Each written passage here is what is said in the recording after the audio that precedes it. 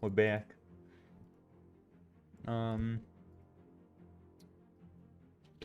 Where's the live streams? That's everyone streaming again.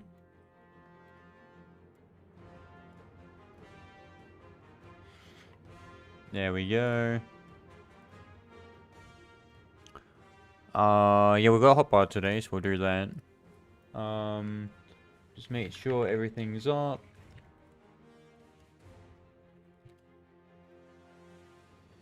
Yep, that one's up. Just make sure it's the right number. Yep, the correct number. Channel. We'll make sure that's muted. Yep, that's up. Hey, Jack. There we go. I've got some nice ice cream with me, too. Hmm.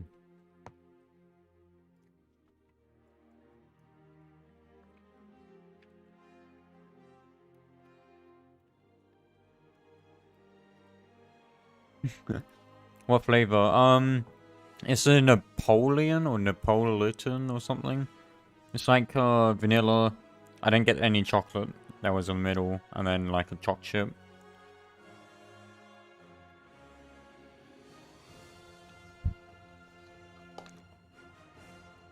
Yeah. Hmm.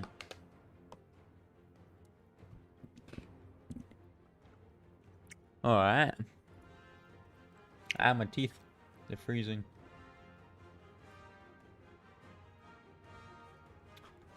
Let me just set it up so people watching my stream and hidden developers can, you know, also receive audio. That one stays on there. Let me just get sound settings up. Go to speaker. Speaker. And then if I open up YouTube.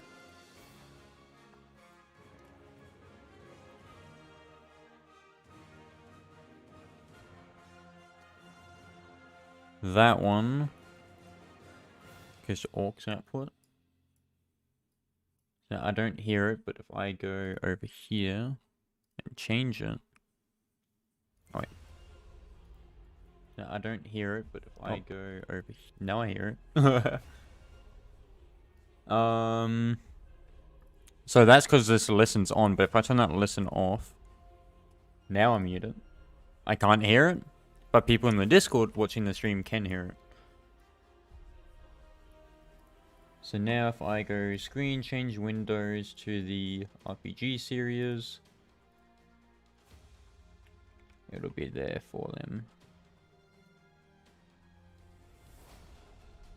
And I just go cinema mode, scale it up,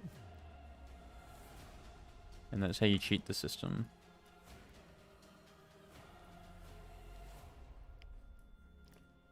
Let me just make sure that's correct. Yup. No. What? Why is it black screened? Oh, no, there we go.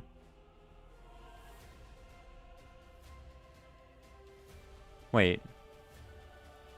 What? Where's that one? That one. Why is it black screening? Anyhow, I fixed it now. Right, okay, there we go. Yeah, in HD of all places. Yep.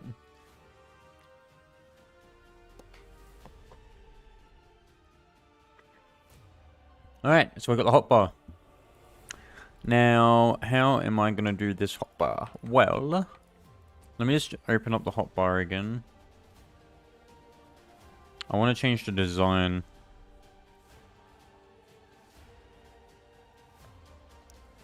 Oh, actually, that shouldn't be too bad.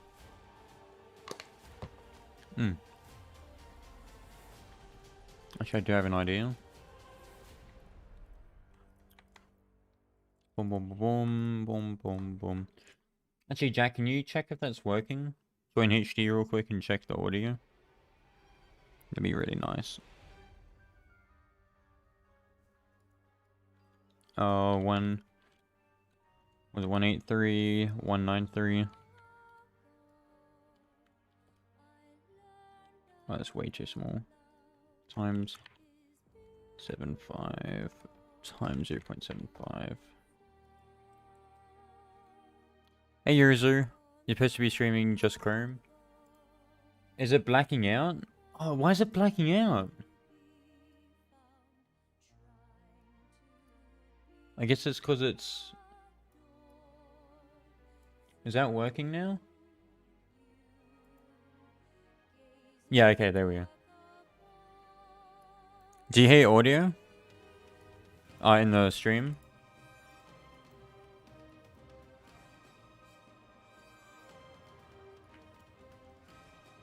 Let me go 0.75. 3. Alright. 175. That's better.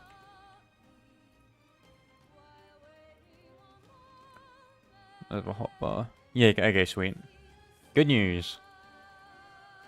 Yurizu, in Hidden Developers, I'm also streaming, my Brave browser on the stream, so people in Hidden Developers that aren't watching my stream can see it through my actual screen share, so...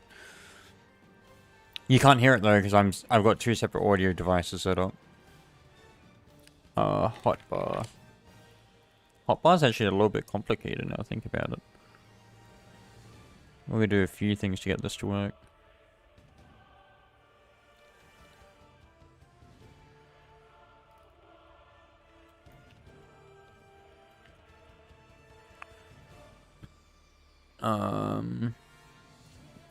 Hotbar frame. Wait for chat. Hotbar. Don't need any of them. Actually, I do need... We'll worry about that in a minute. Yep. Don't need them. Wait, am I in the right place? Oh, is this one that came from? Okay. Don't worry about that. Oh, there's lower U everywhere. Let me clear that. I should probably clear it from the quests modules too. Hey, Typer. Oh, wait, I forgot to. Interface, hotbar frame. So that's this frame here. We need a template hotbar. Let me chuck that in UI again. Delete. So what, 5 and then 4.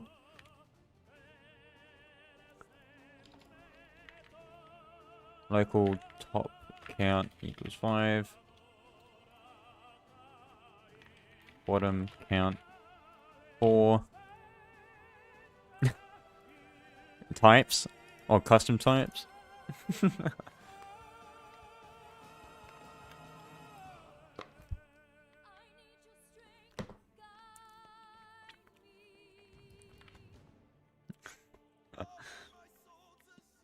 Of y equals 1. Actually, let me do like a hotbar. No, ordered hotbar.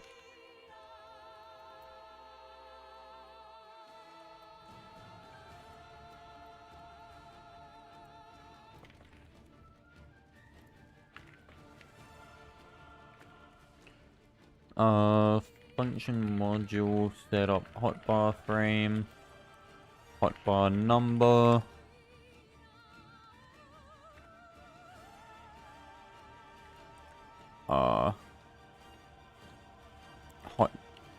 Parent.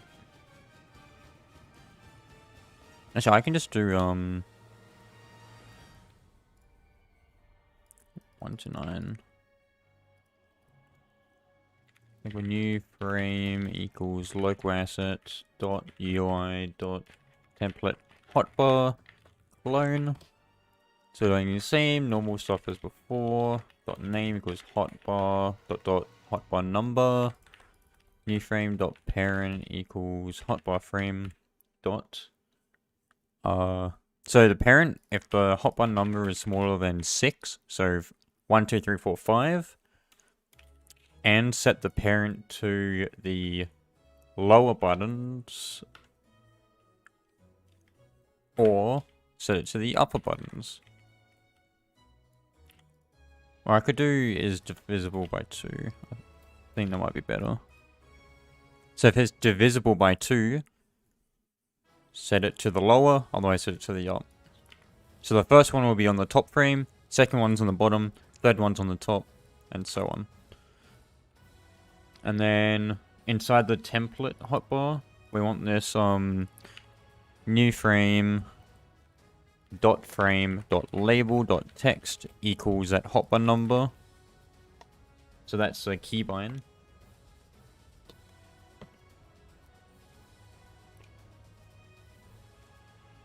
And we can play that.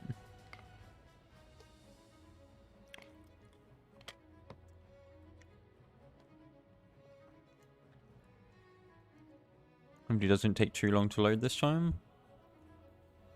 There we go. So now we've got 1, 2, 3, 4, 5, 6. So you can see it goes up and then down. I probably will switch it so it goes down then up.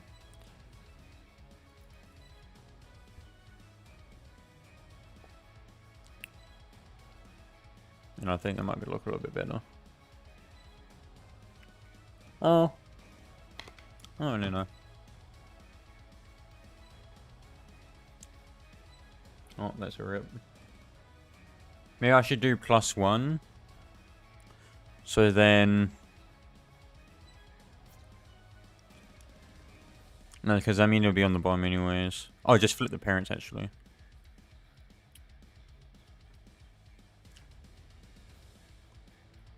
If it's divisible by 2 is equal to 1. So if I do it that way... Yeah.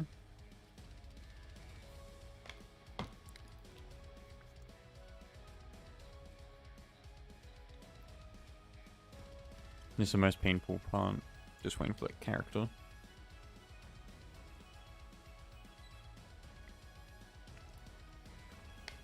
Yeah, 1, 2, 3, 4, 6, 7, 8.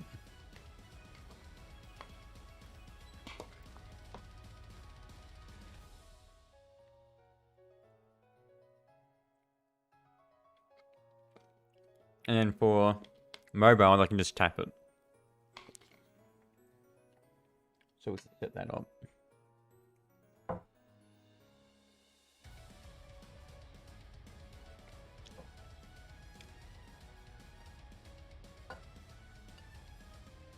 Once it's done, that is. So now we've got these frames. Oh, actually, we need to dot layout order equals hotbar number.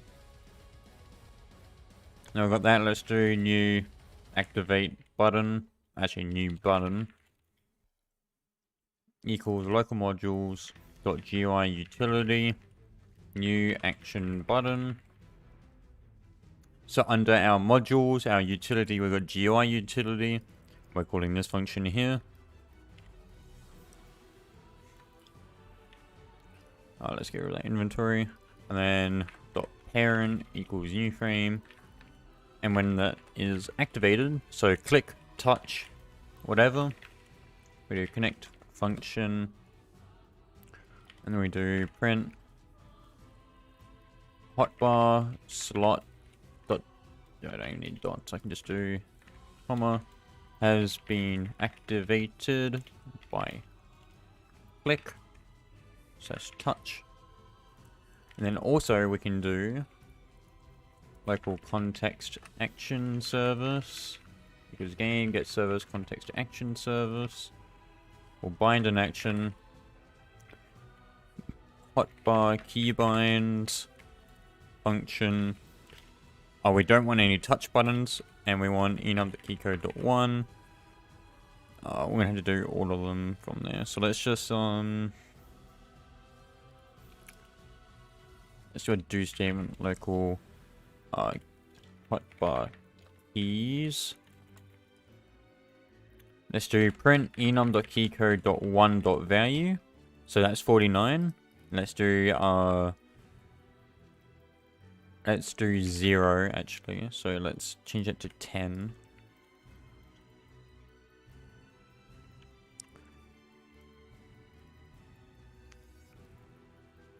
So actually it should be 0 to 9.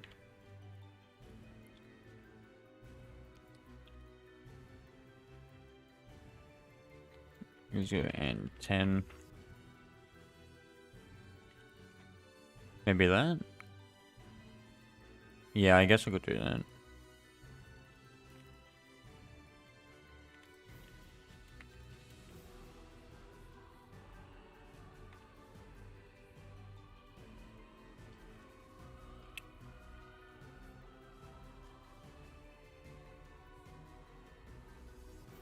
Hotbar number is equal to 0.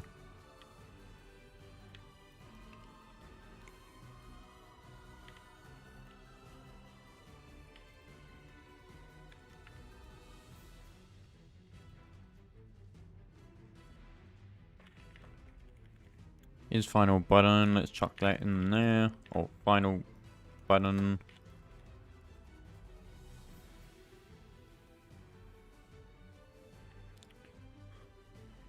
Or final count, I should say. Because we need the actual number for down here.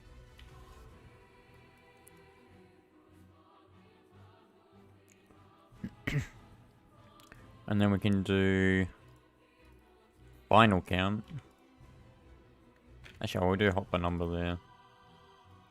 And then hotbar keybinds, we want 0. What's 0? 48. So 4i equals 48. So starting at 0 all the way to 9, 57. Do. So that will always increment by 1 by default. Table.insert hotbar keys enum.keycode.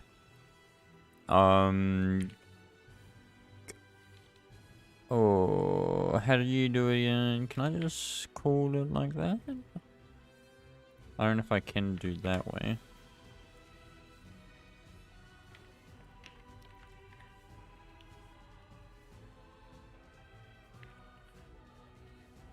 No, I can't. I have to do, 4 underscore enum item in ipairs enum dot keycode get enum items do if enum item dot value is larger or equal to 48 and enum item dot value is smaller or equal to 57, then we table to insert that enum item. So that's the actual keybind. So we're going to get every keybind from 0 to 9. And we'll set up a bytecode event for that. So unpack all those keybinds. And then in here we have action name, input state, input object. And then we can do if action name is equal to hotbar keybinds, then, and actually as a matter of fact, we're going to have to take that one and move it up here.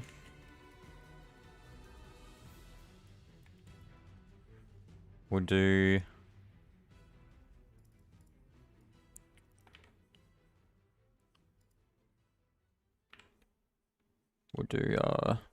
actually yeah, we should probably do it enum value minus 48 equals that enum item. So how this works is it will say hotbar keys.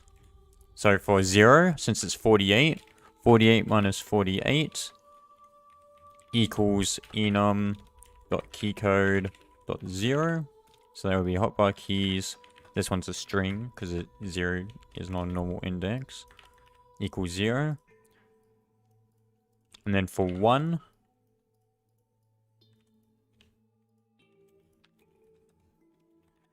so for 1, it'll be 49 minus 48. Hotbar keys 1 equals enum.keycode.1.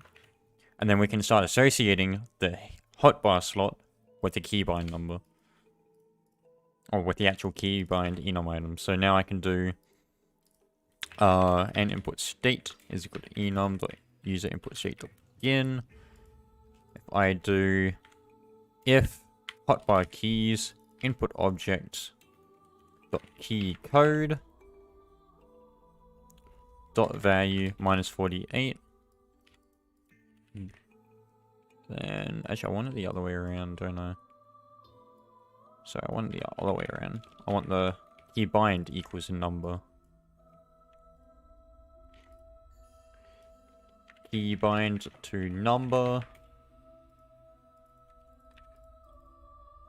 So if keybind to number, the input object dot keycode, then so local hotbar number equals that.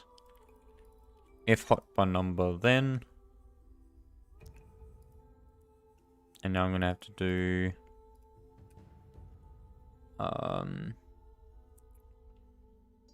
keybind number local keybinds. Actually, I don't even need that anymore. Insert enum item hotbar keybinds. Hotbar keybinds. So if hotbar number function module trigger hotbar keybind, that's keybind, I should say hotbar number. So trigger hotbar number or trigger hotbar slot. So here we can actually do there has been triggered. So in this case, we just pass hotbar number when this button's clicked, and then down here we actually just do that hotbar there. So both do the same thing. And we won't need this do statement anymore. So now we just have to associate like a function or something with this hotbar key slot. So here we can do function module set hotbar slot function hotbar number func ordered hotbar. Actually, I'll do hotbar events. The hotbar number equals func. If hotbar events that number, then trigger it. And there we go. So what I can do now is down here I'll do hotbar 1. We'll have it print let's have it print noob. Hotbar 2 can print omega noob. Hotbar 3 we can do warlord noob. No, you're a noob. Now if we click play,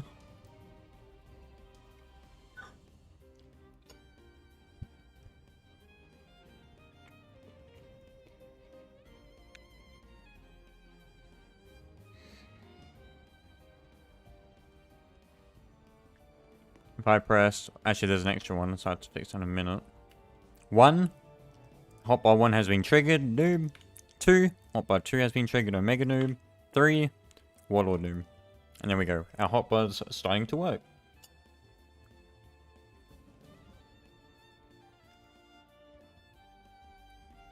So let's just clear all them for now. I'm gonna actually reduce the count by 1. I'm not gonna have a 0th number. We can have that as like a mount or something, perhaps. That's probably actually a lot better of an idea. So now that we've got this, we need to make it so we can drag and drop stuff onto the hotbar from our inventory.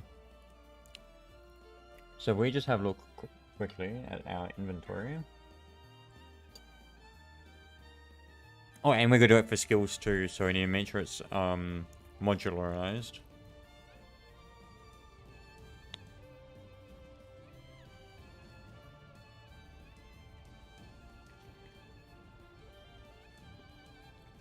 So we need the ability to either click and drag it, so we need this menu to be movable. Actually, we probably prefer that.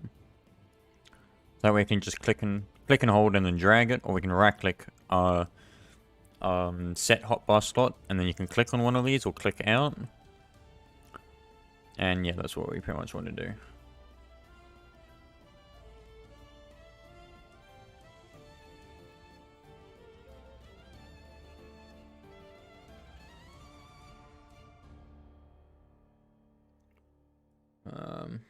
waiting for studio, like always.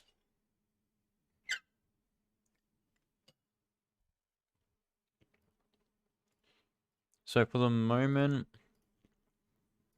let's make a new class.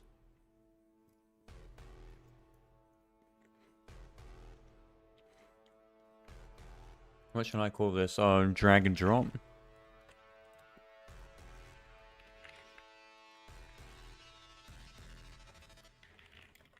Let's do class.new.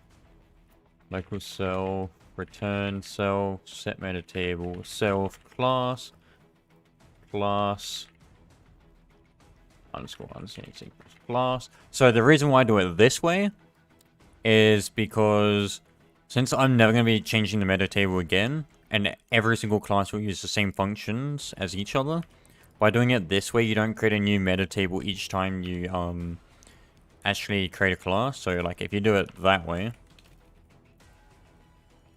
you're going to create a new meta table every single time, which takes up memory. If you do it this way, it only uses one, which is actually insanely helpful, and if you've got a lot of classes, it's extremely useful. But yeah. So here, this is a class. A couple of things we want. We want the, I think it's starter GUI. Get GUI objects at position. So that's what we're looking for.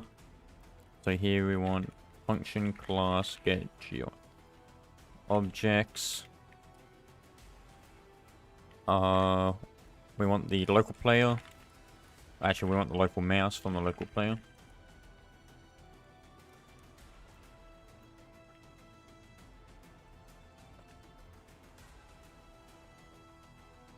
Let's do that. .x, .y. So we're going to return those. Actually, we need to check, always check what it does. Roblox.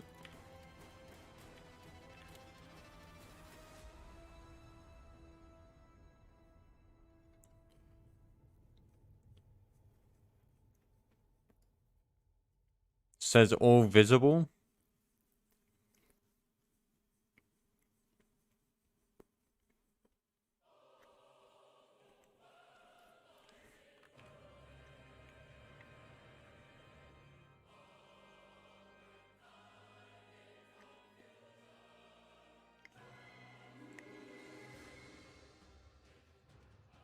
So I'm just gonna see if it's in an ordered state here. Doesn't look like though.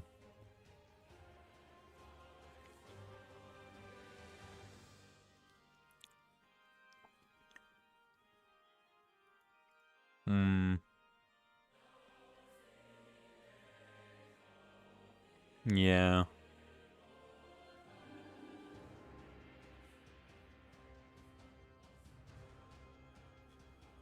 Doesn't look like it's ordered, so we'll just leave it like that. Next what we want to do is have it so when we click and hold, so we need the context action service. So we do local dragging and equals false.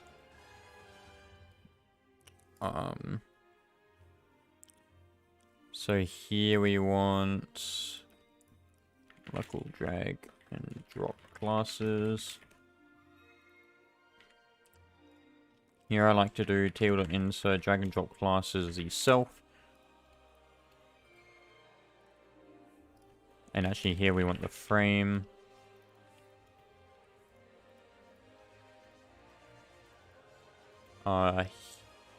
Yeah. Frame equals frame.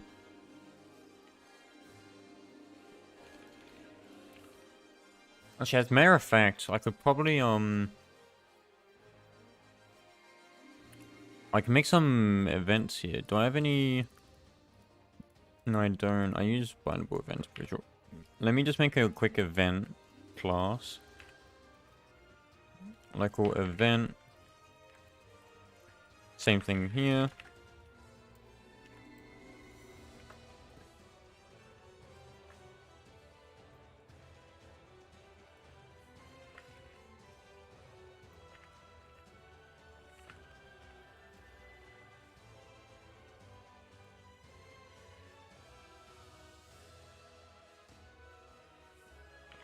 Let's do local bindable equals instance.new bindable event. B equals bindable, E equals bindable.event. And then we can pretty much just simplify this to that.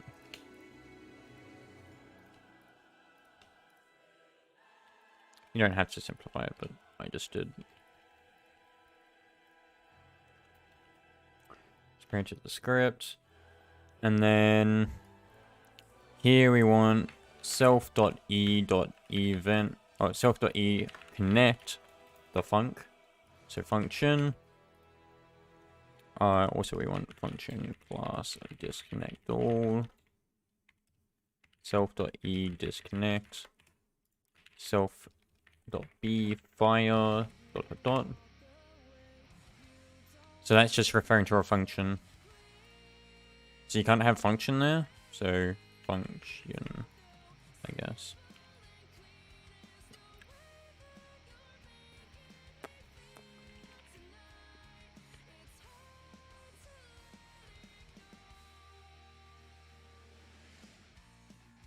Wait, that's actually incorrect. I want...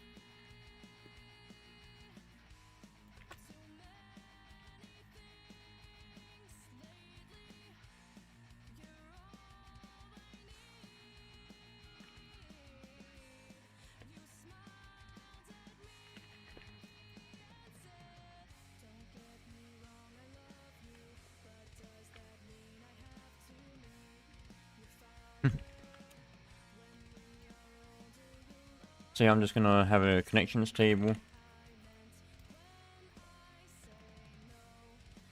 Yeah, I actually want to do pairs. And I want to equal... Oh my god, okay. I'm gonna call connection disconnect. Stop with connections. Equals blank.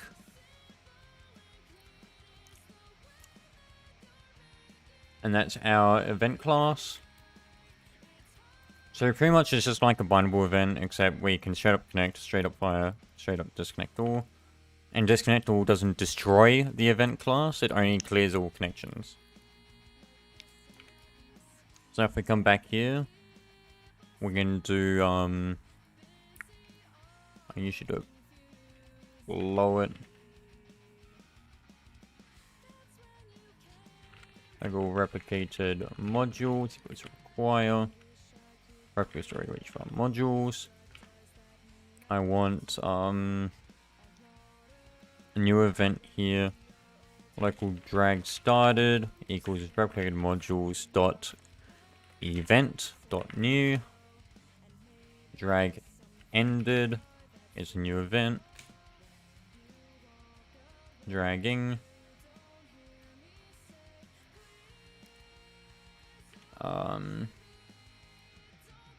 Actually, I might put that in here. So that one's shared between all classes. Actually, I might as well do that now. So that's shared between all classes there. Not just one. So then what we can do is context action service, bind action, trigger, dragging, function, false, enum, the user input type, dot mouse bind 1. We're going to do action name, action state, and then input object. So then we want local GUI objects equals class get GUI objects. Actually, that should be a... Maybe that's a separate function. We won't need that inside here.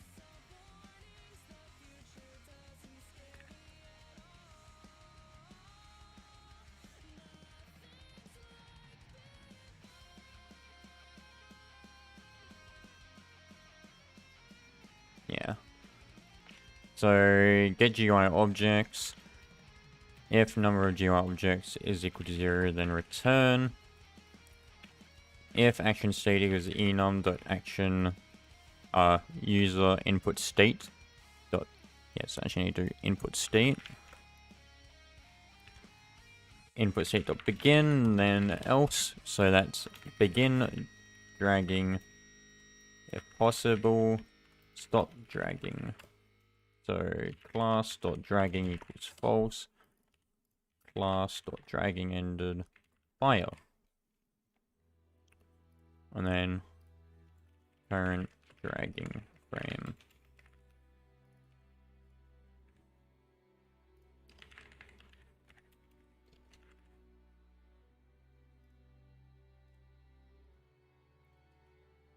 Oh my god, another bot.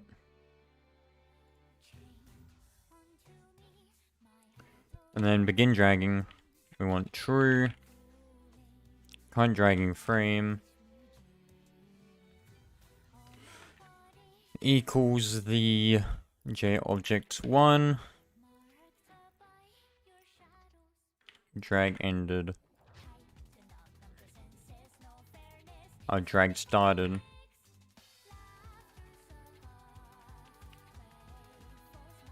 Okay. So that's just, this is a backup to make sure we're not dragging two things at once. And there we go. And then we can do a while class.dragging do. Actually, while current dragging frame is equal to that frame, and task.wait do. We want to do local position offset equals vector2.new mouse.x local mouse.y minus the JObject1.absolute position. Print that.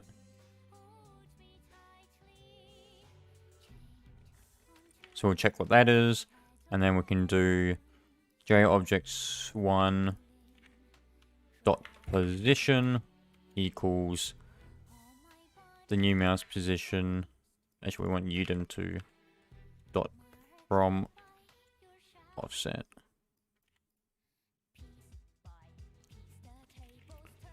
JObjects1.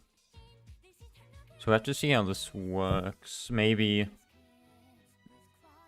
we have frame target frames or whitelisted drop zones. Drop zones. Yeah, that sounds better. We got our frame, we got our drop zones. We can do that. We can do a local function is draggable frame GI object.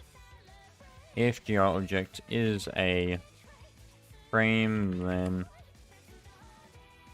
for underscore class and ipairs package up classes do. If class.frame is equal to GI object, then return true, return false. Outside there. So then we can do for underscore frame in ipairs GI objects do. If is draggable that frame.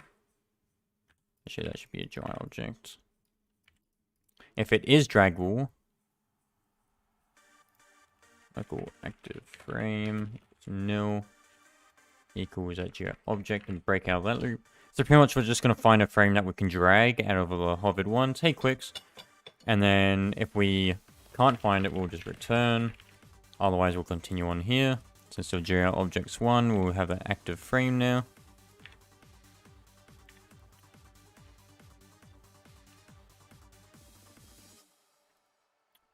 And then maybe we should have a... Yeah, we don't even need these.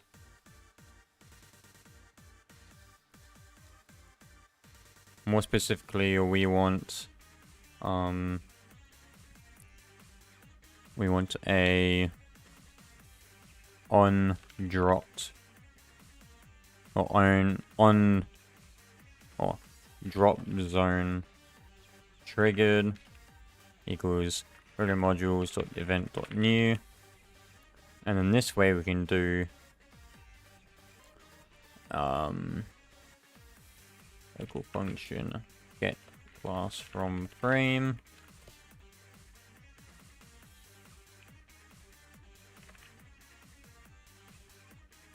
Oh, you're in HD? So if it's that, return the class, return nil. Actually, let's do is draggable frame.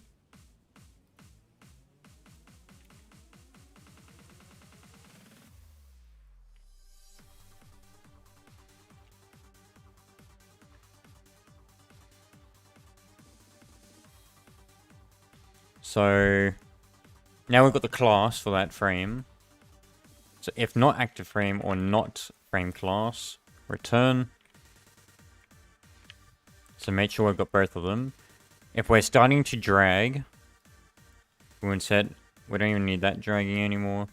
Actually, oh, no, we don't need that dragging. We just want this current dragging frame. So current dragging frame equals active frame. Get the offset from the mouse.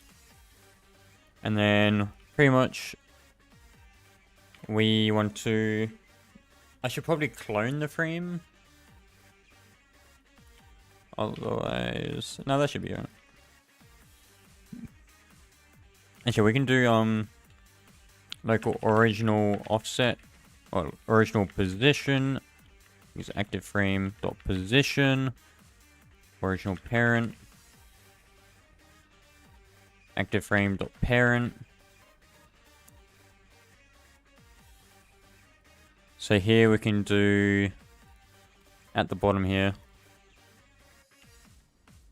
equals original parent, or original position dot parent equals original parent.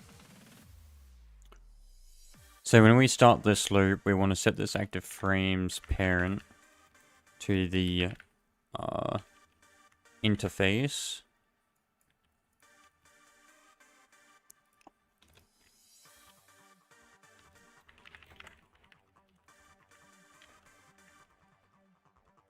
GUI, wait for child interface. Set it to the interface. We also want the absolute size. So origin,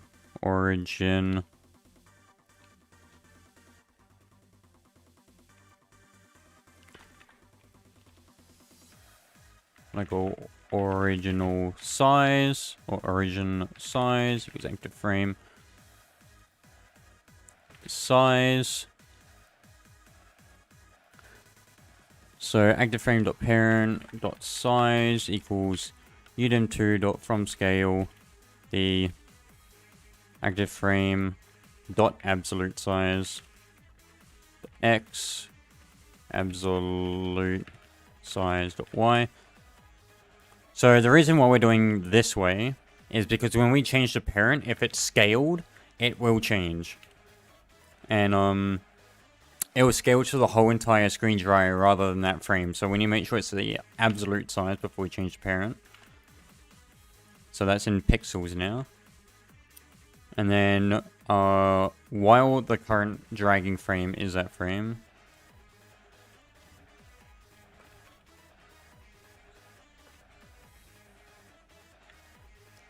we can actually make the variable now.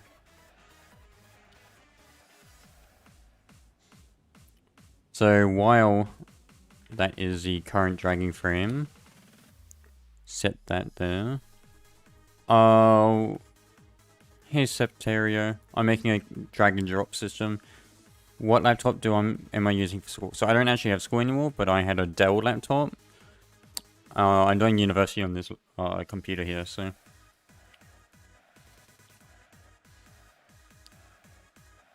Here we want the original position, original parent, and we want the original size.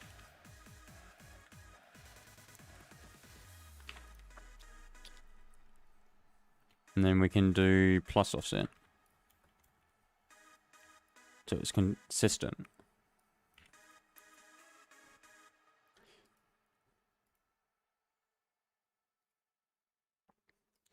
Not that one. There we go.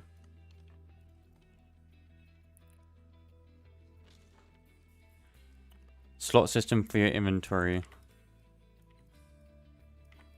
Do you mean like character slots? So like the helmet and all that? I could probably do that.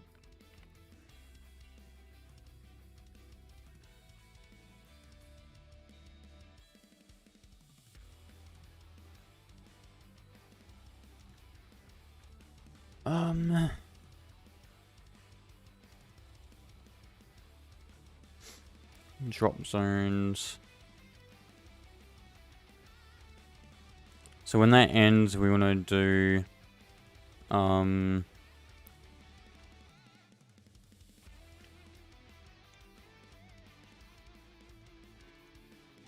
actually, no, that's when we start, we want to do that.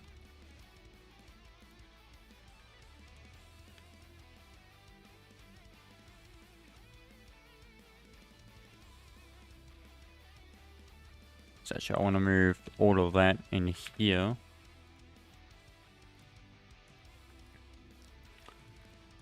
So GI objects are for GI object in iPairs, GI objects do if self dot drop zones, so if table defined. Actually, I want that class, so we also need to get that class.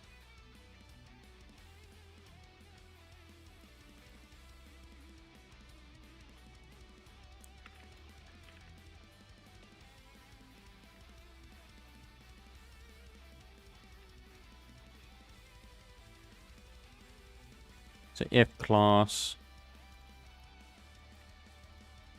if table defined class.drop zones, GI object, then break, we want to do class dot drop zone triggered fire, that GI object we found. I'll show you why in a minute. Now, that should work. Alright. That's quite the lengthy script we have. Let's see how it goes first try. So, we need to set this up first. So, if we jump over to... Let's say we go to the inventory first. So, what we want to do is get... set up inventory frame. We want to do systems container dot hotbar. Oh no, we don't. We want to do local modules dot drag and drop dot new. We want so that's the local drag and drop class. We want to give it the frame. And we want to get the drop zones, which is the interface dot hotbar dot left buttons get children. Oh, this one's actually a bit tricky. We're gonna have to do actually, I think the easier one we can do is systems container dot hotbar dot hotbar frames. We can just have a table in here.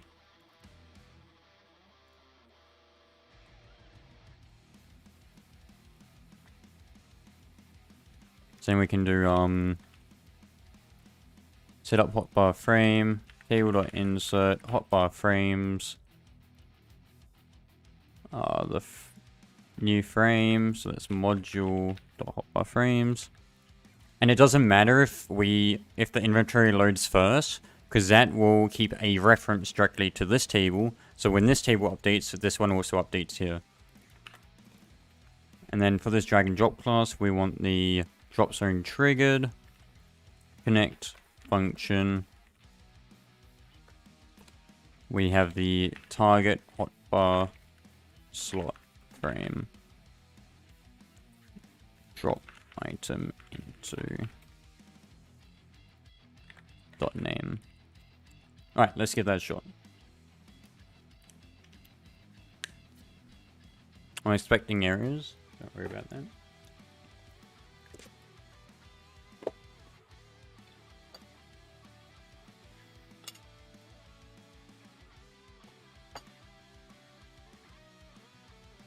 Just waiting for the character.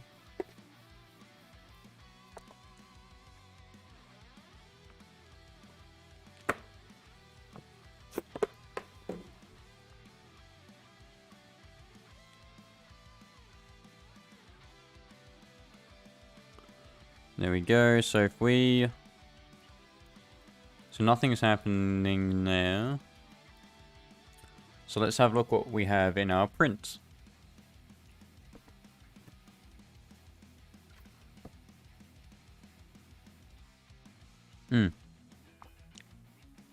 And not can't dragging frame.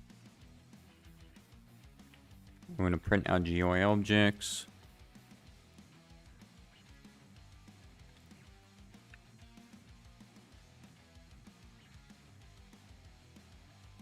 Let's print those.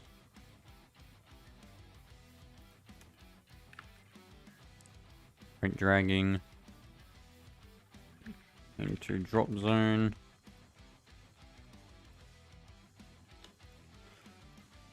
There we go. Let's play again.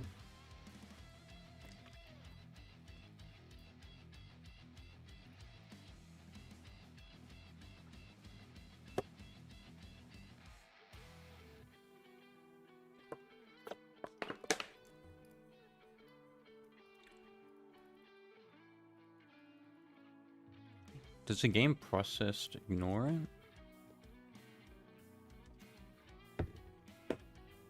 Guess we have to find out a priority.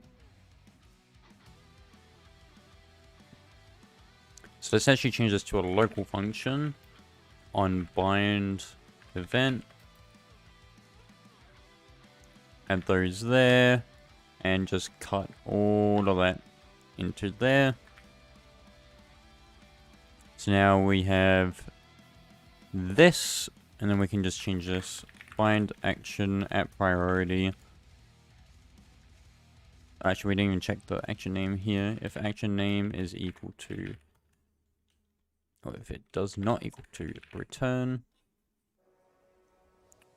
we want the function to bind false priority level 99 and the button one down.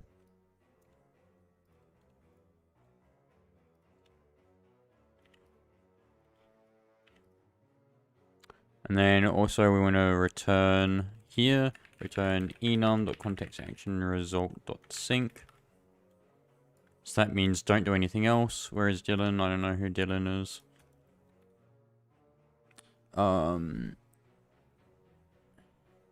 So here we can sync it again, I guess. Yeah, we'll sync it. So since we're syncing in both of them, we can just put it at the bottom here.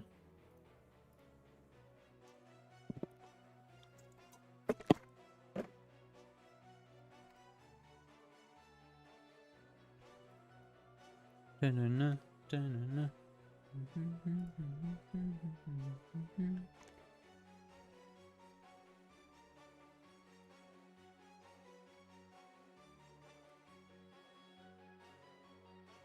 Well, and that's got some... Wait a minute, this one.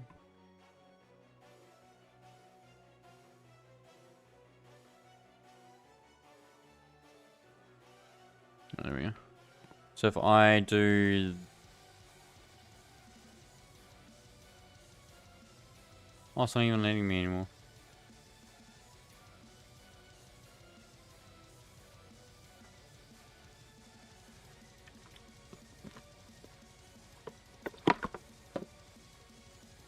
Oh wait, isn't it?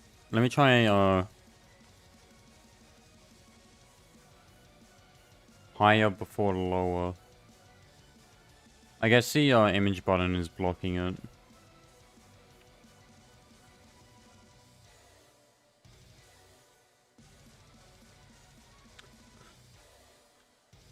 What if I set it to the button?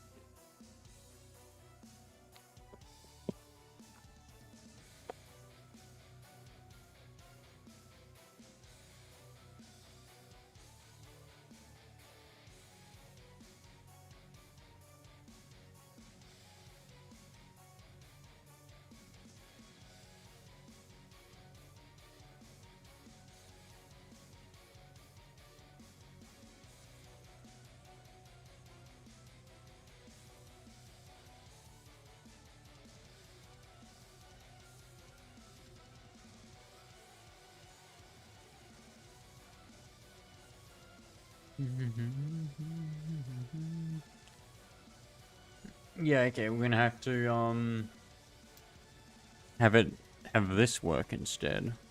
So here we're gonna do function class trigger dragger. So we can manually trigger the dragger.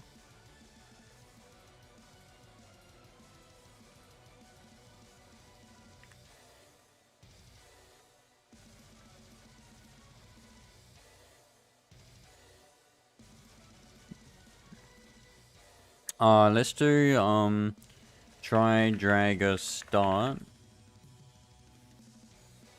Actually no, we'll do, yeah, actually I'll just keep it as we'll put this at the top here.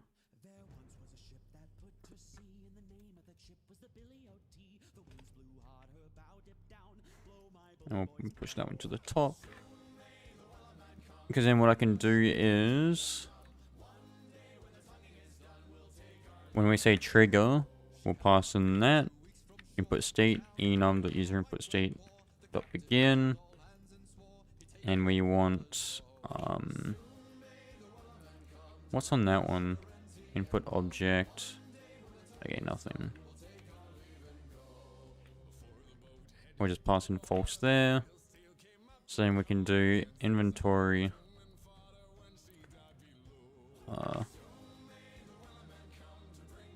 Image button.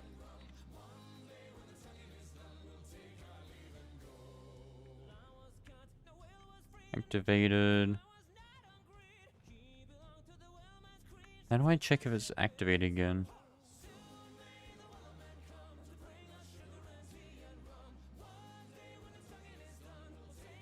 I guess I can do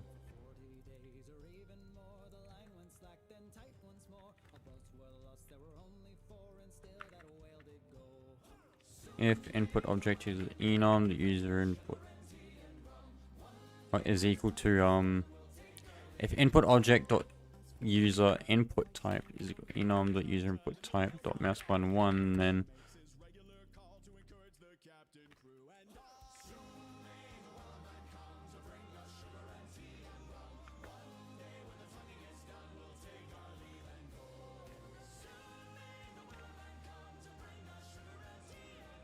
so here we do holding equals false. Alright, local new ID equals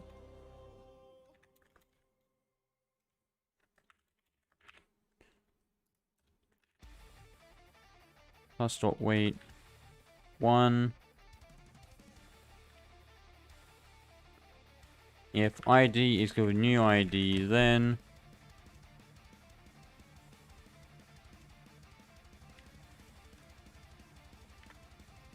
drag and drop trigger dragger.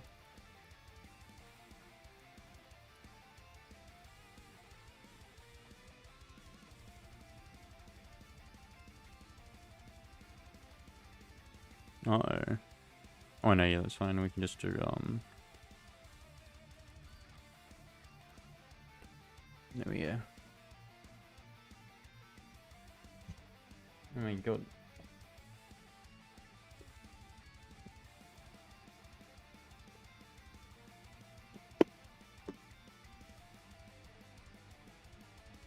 Actually, what I could do is have it do it a little bit differently. Yeah, I've got an idea.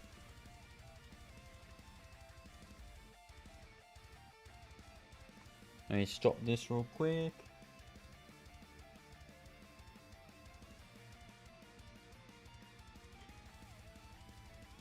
So here we go back. We can do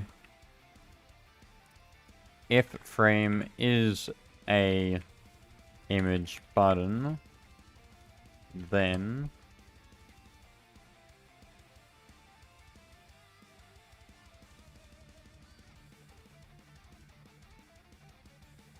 get rid of all of that real quick.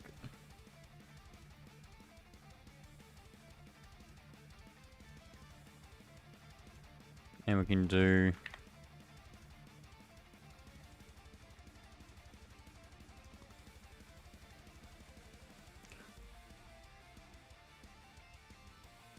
called holding equals false. D equals 0. Frame.activated connect function.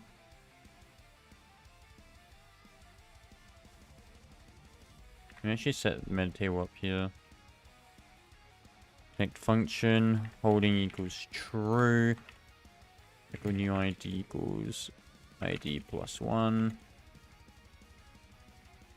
New ID.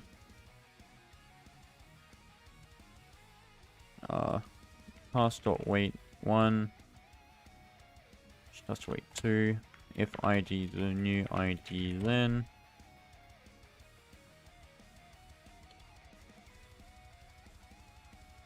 or actually if holding and ID is the same,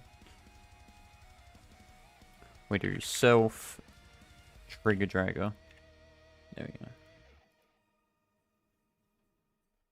Yeah, I think that should be it. So it works with those there too.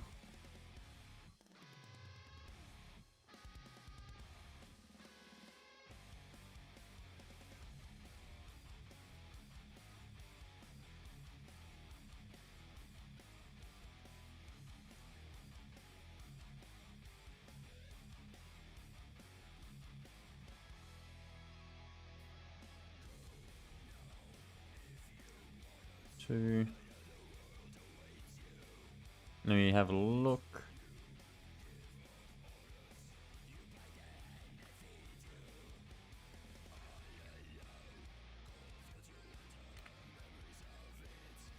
Print drag.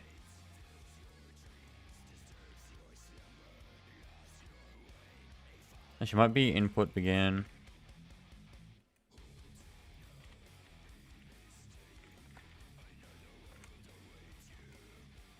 Put type equal to enum, the user input type dot mouse button 1 and return.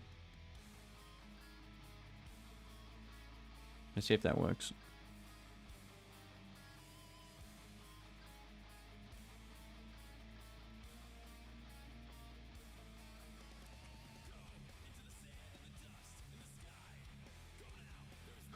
There we go. Drag.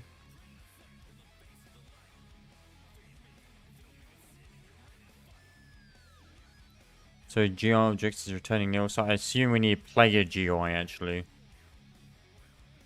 That's what I was kind of thinking. So there's starter GUI, but there's also player GUI, get GUI objects. So let's have up here. We need local player GUI, local player wish it child player GUI. Player GUI, get GUI objects at position, the mouse.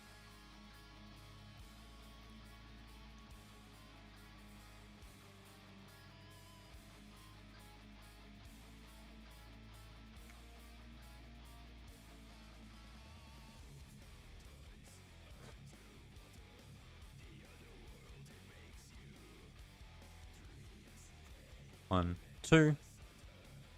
There we go. So now if we have a look at the drag and drop again. 43. So that's the GUI objects. Now we need this one. GUI object frame class. So is draggable object.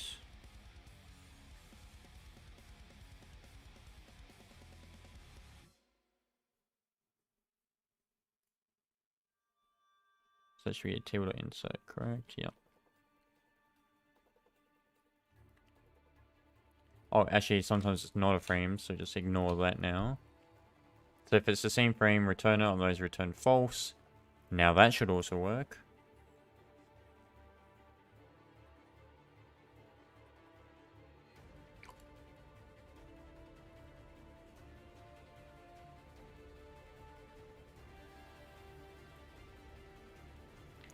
Now if we click and hold.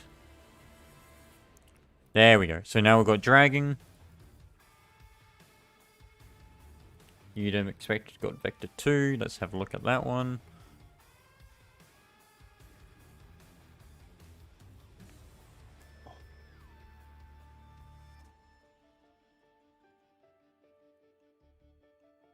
$74. Position, Udem 2 expected got something else. So that's Udem 2 dot from offset X, Y. Yeah, I'll change that to a Udem 2 dot... Oh no, yeah, let's give it as vector 2. There we go. And then I'll just keep dragging it, and when we let go, it'll reset it automatically after getting them.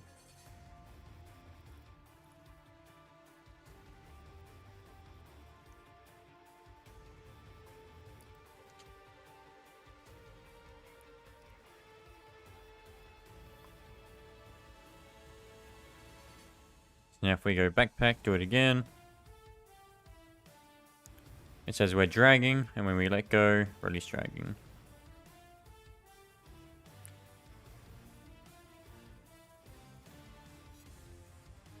Okay, yeah, so now we've got another problem of that. We have a look here, if I do that again. So that button is actually being parented, but that's not what we want to change.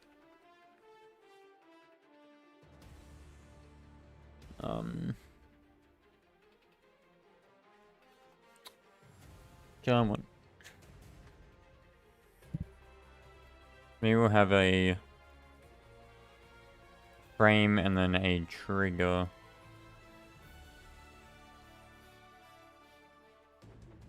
So drag and drop on a dot new.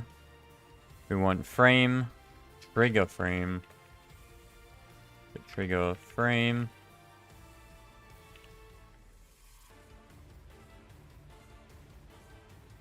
There. There we go. So now what we're going to do is on the trigger frame, input ended.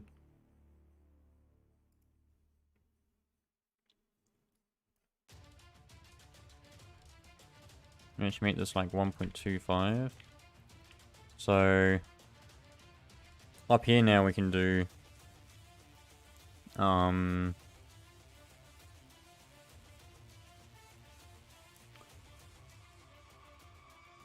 where is it? Is draggable frame. Share out object. So I think it's trigger frame. No, that should work now. We just need to go to the inventory and do frame, trigger frame.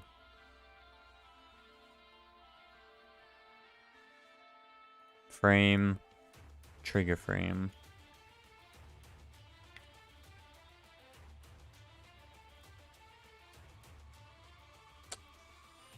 So here we can do for each GI object. If it is one of the frames, then blah.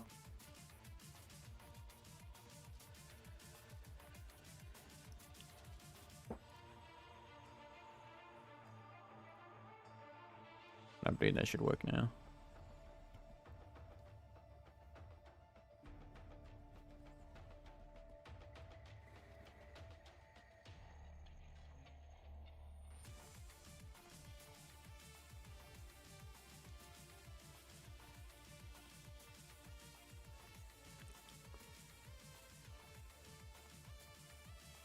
Once it loads. Oh, I miss my instant loading times. Wonder whatever happened to it. 1, 2. Now we're dragging it, and we can let go and drop on there. So you can see when we actually let go on the button, it breaks it. Which is something we need to fix.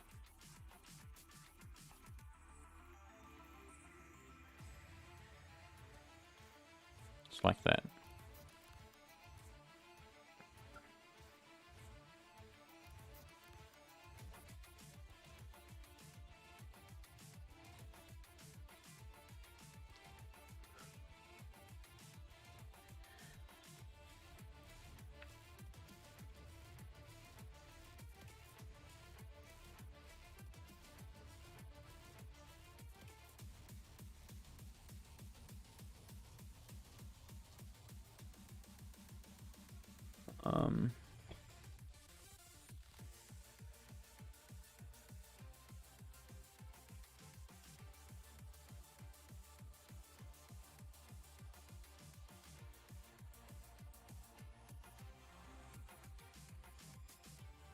So, first things first, the offset is a little bit off. I assume we can just, actually negate this now, because we'll be doing it from top left.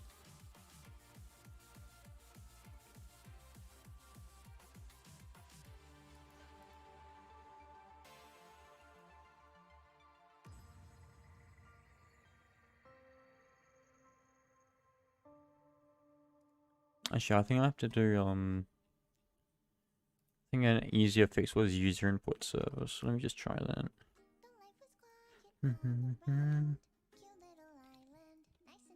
So let me just get rid of this real quick. User input service.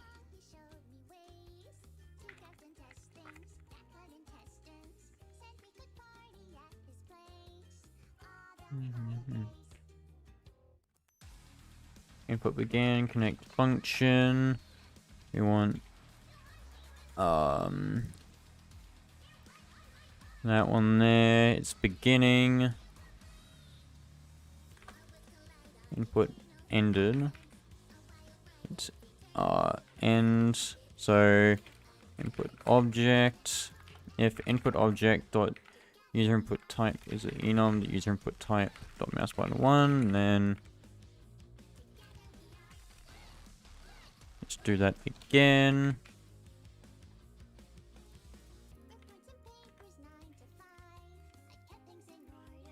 Play that. So I believe that should go past the image buttons, which is what we're having problems with. And if it does, I can remove a lot of things that we didn't need. Yeah, okay, that works. There we go. Boom.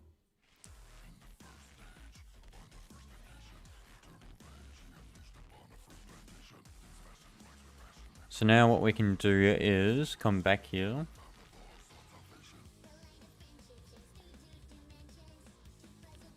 Actually, I don't think we need the context action anymore. I think we just delete that. So let's get rid of that context action service. Let's get rid of that manual trigger. We don't want that. We do want input state. We don't need an input object. So we can simplify that now to end and begin. And then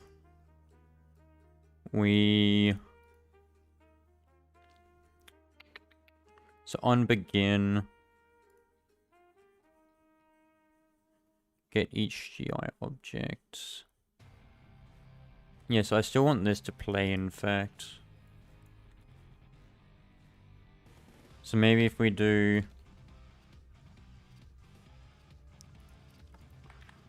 local holding ID, so holding equals false,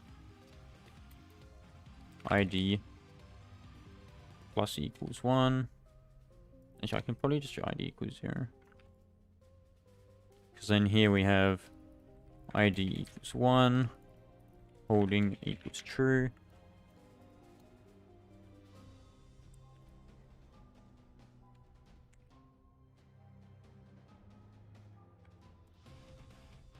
And then up here we can do local current ID class dot wait to if current ID is ID, then so if not holding or return.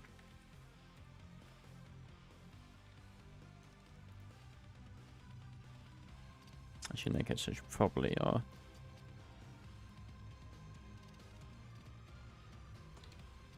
one equals false there. So here's pretty much what happens. So when you click a button, It will go through here. If there's no GeoObjects, it will return. It will try find the frame. If there's no frame or no drop and drag frame for it, I'll just return. It will get the current ID. After 2 seconds, it will check if the ID is the same. So if you let go and press again, it will change the ID and change holding. If you're not holding or the ID is different, just return this one. So don't continue with a specific frame. But if it is, start the dragging. And then down here is just whatever. Actually, as a matter of fact, we could probably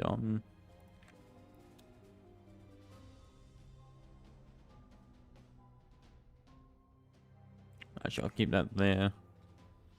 Let me do this at the top in here.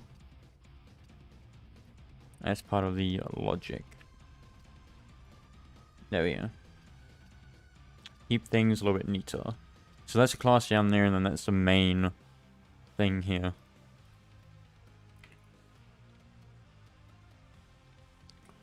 And pretty much that one can... Actually, I'll just keep them all up there, it'll be easier. Now if we save that. RPG series. Play.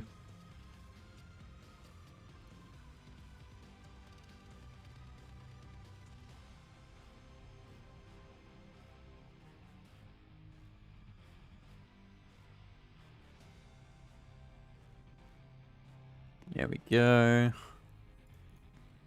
So now if I press and hold, it will start dragging it, and then I can let go on there. And then it says drop item into hotbar 1, which is what we want. So now, what I can do is hook up a function that tells that hotbar slot to change to that specific item starter. And then we can have like a quip. So we have this button here. We can have the same event trigger for the hotbar when it's like pressed with the keybind.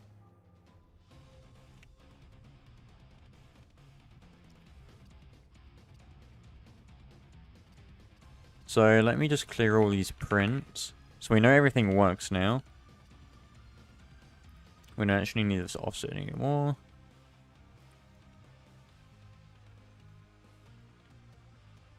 Get rid of that one, get rid of that one. Go inventory, drop item into hotbar 1.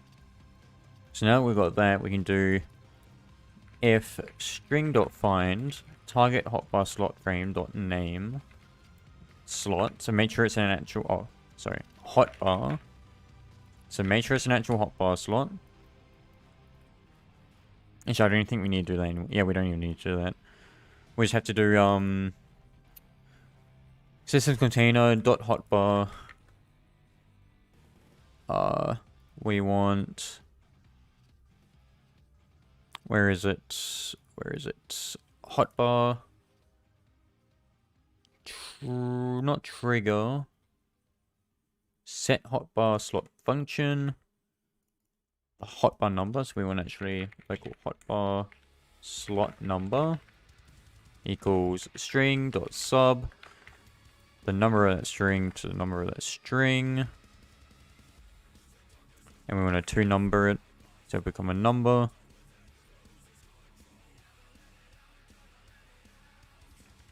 So that hotbar slot number, and we want a function.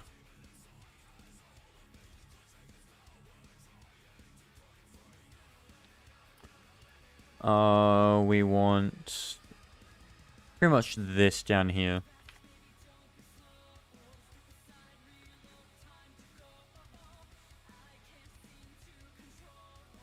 So equip use button labeled text.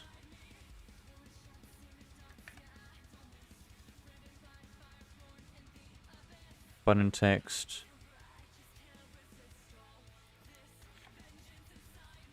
Local button text is the item config.tags.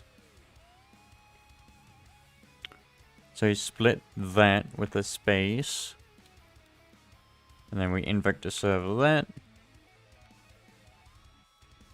So now, oh, also we need to do We need to change all this hotbar slot stuff to match the other inventory frame stuff. So pretty much we have a look at the template hotbar, template inventory. We can see there's an icon there that matches. So now would you use that even though there's a viewport? Actually I'll just do clone. So let's remove that icon in there. Dot parent equals target hotbar there. So that's actually from frame. So copy the viewport from this frame and copy the icon from this frame and put it in the hotbar one. But before that, we're gonna do system container clear hotbar slot number. So we have a function to clear it, and then we'll have a function to set it. Clear hotbar slot. The hotbar number. We'll do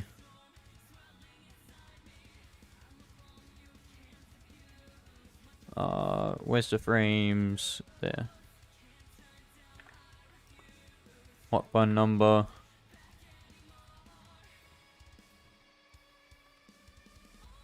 For underscore frame or for underscore GUI object in iPairs. Get children. Do. If GUI object is a viewport frame, then GUI object destroy. I will set GUI object dot name is your icon, then GUI object destroy. So clear all them. And that's it. There we go. If we play that, we should be able to override it with other things now.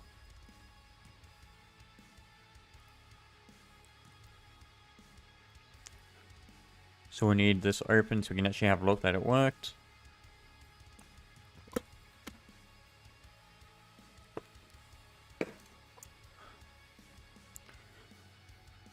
So here if we click and hold and drag this on top. Boink. Get length of an instance value. Let's have a look at that.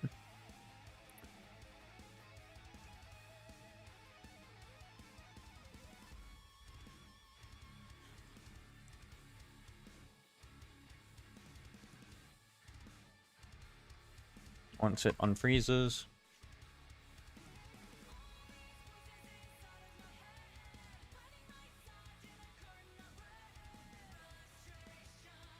Any time now. There we go. Oh. Let's have a look. Inventory 113. So we actually want to do .name, sorry.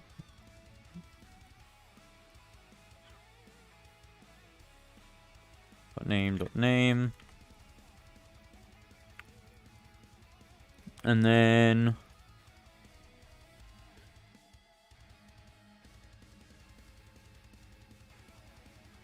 we're going to do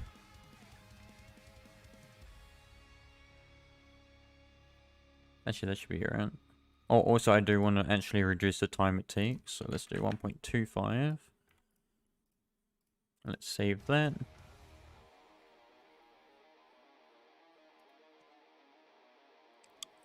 I'll also need to get rid of this context action service at the top. We won't need that anymore.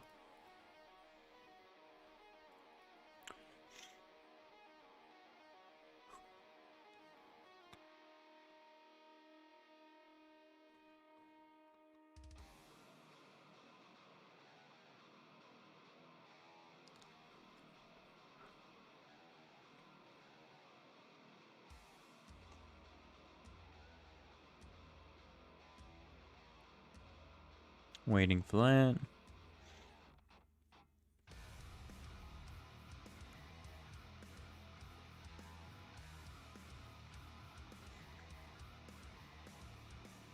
So our character loaded, sweet. So if we click and hold that, paste it over there. Now nothing looks like it happened, but if we press 1, it says asking to equip the item, and there we go. So this is actually working now. But what we need to do before we do anything else is we need to set this inventory slot Z index to something really high, because we want that over the top of the actual item. But at least we know this works now. We can actually drag the potions over here. And if I press 3, it says index nil with ID. Let's have a look at why that is.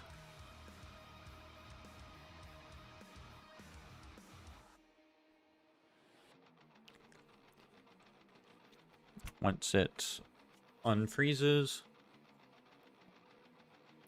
I'm assuming because we deleted something, we'll have to have a look.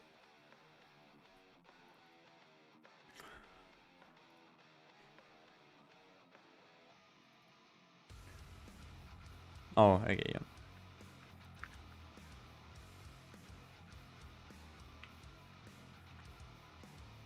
So if there's none of that or none of that,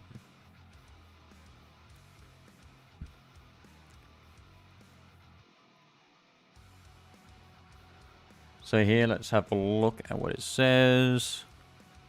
Inventory, we have a function. If selected data, let's print the job there.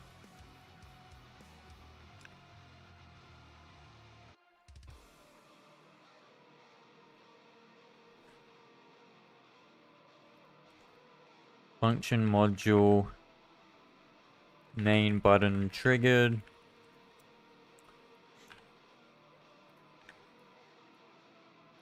Actually, no, that wouldn't work here properly. That should still work though. But we do know that it's working a little bit, so that's good to know.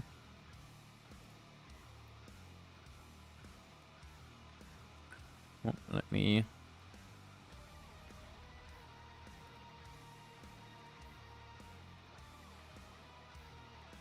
do that there. Play that.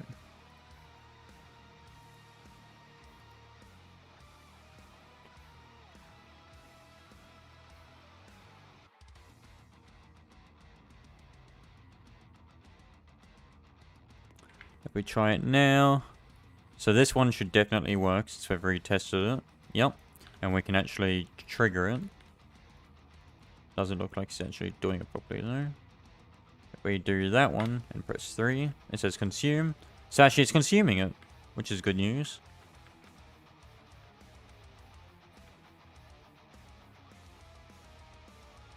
So that's working very well. But there's something else we need to change, which is we need that quantity label on this item here. So let's jump back.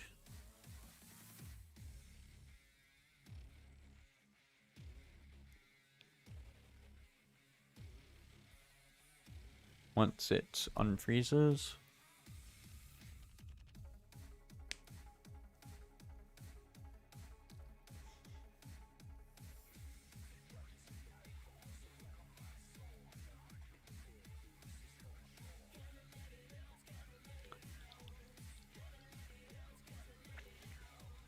Actually, for the moment, how about we don't do that? Let's try to figure out what's wrong with this first one.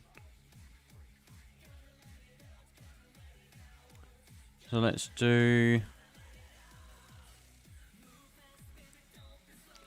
Yep, set hotbar function. Is selected data. So actually we don't want that. We want if item data.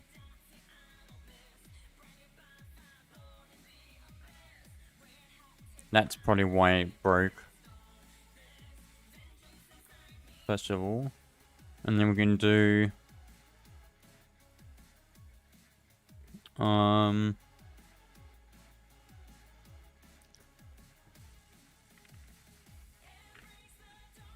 for quantity variable equals frame dot quantity dot visible.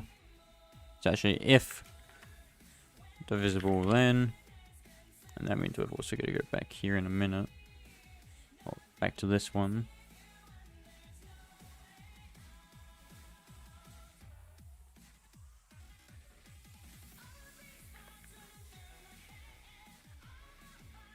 So if it is visible,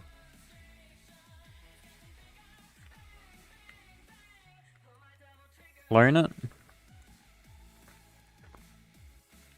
Dot parent equals that new frame.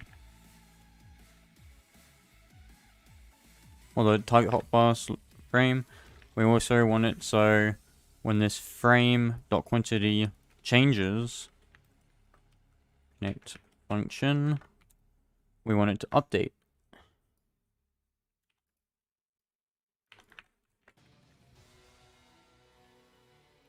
To that.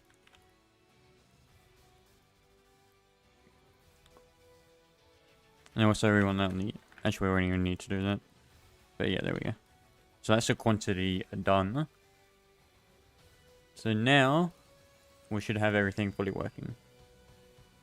Except for the fact that that quantity will probably be in a very inconvenient spot, which we can manually set in a minute.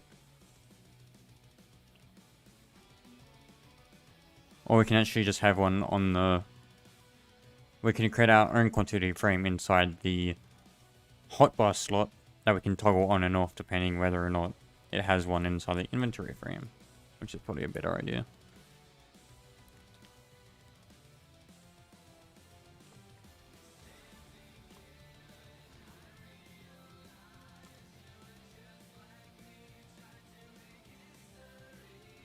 There we go, so we've got 10 out of 10. If I press 1, we've got 9 out of 10. Now another problem is we actually have a memory leak, which is not good. So when we keep doing this, it's going to create a new changed event for that label there. So what we want to do is actually hook a made to each hotbar frame. So if we go over to the hotbar, so we've already got a few tables, local hotbar made. So hotbar made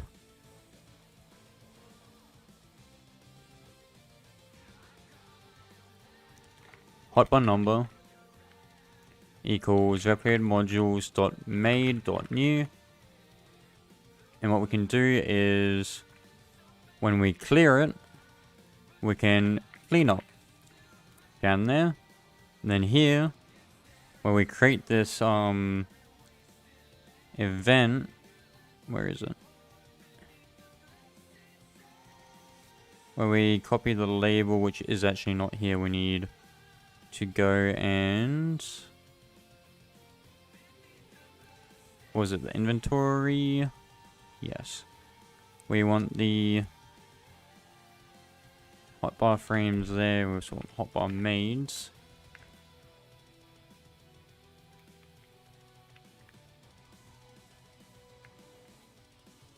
We want the hotbar maids.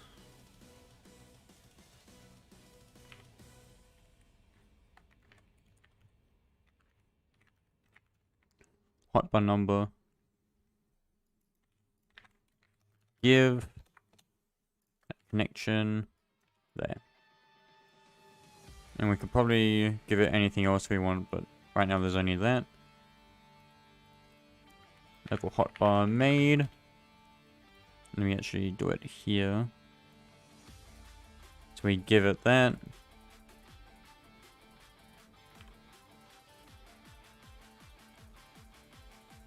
So that one will clear. And so in here we'll clear the made.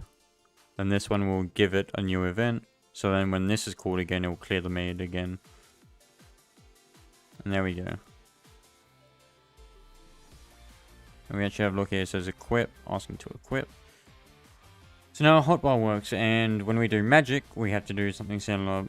Actually, I don't think we really need to, but we'll have a look when we get there, what we can do for the magic. It shouldn't be too different from this, though, which is good news. And bad news, because obviously it's quite bulky. We should probably fix it up.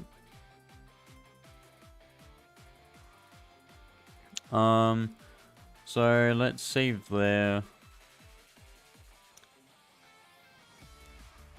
Now that we've got that, oh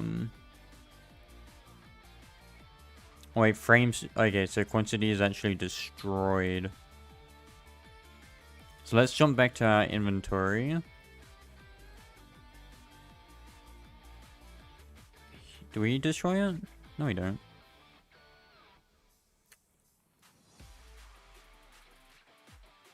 Frame. Dot quantity. Dot change. Clone label. 127.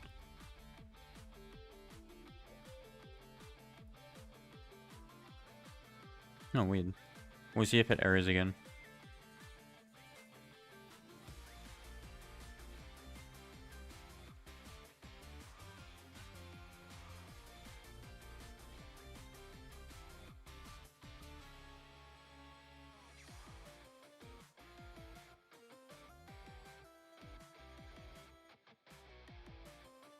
Wait, is that the one on... No, that one's the one I'm sharing on Discord. Yeah. So now we've got that. Let's try that again. So that one's working. If we do this one, that one's working. So no errors there. 3, that works. 1, that works. And if we override this again, that works. So the maid's clearing it up now. And we can actually override there.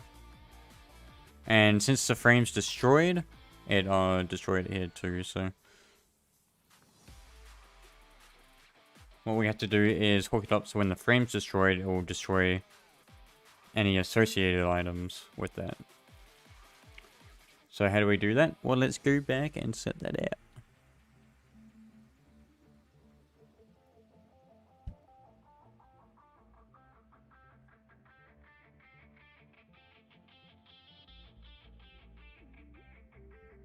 So 129, let's have a look. So clone label dot text equals frame dot quantity dot text. So actually what we can do here is actually do a local connection equals that. We'll give the connection there.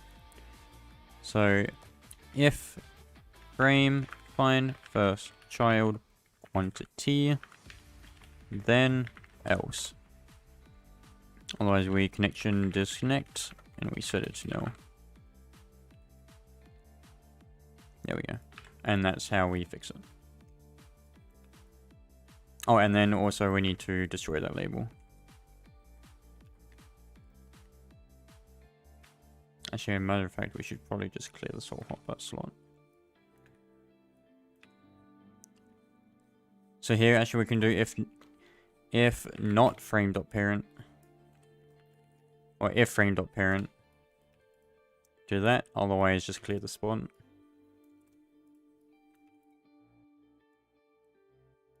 And that simplifies back down to that.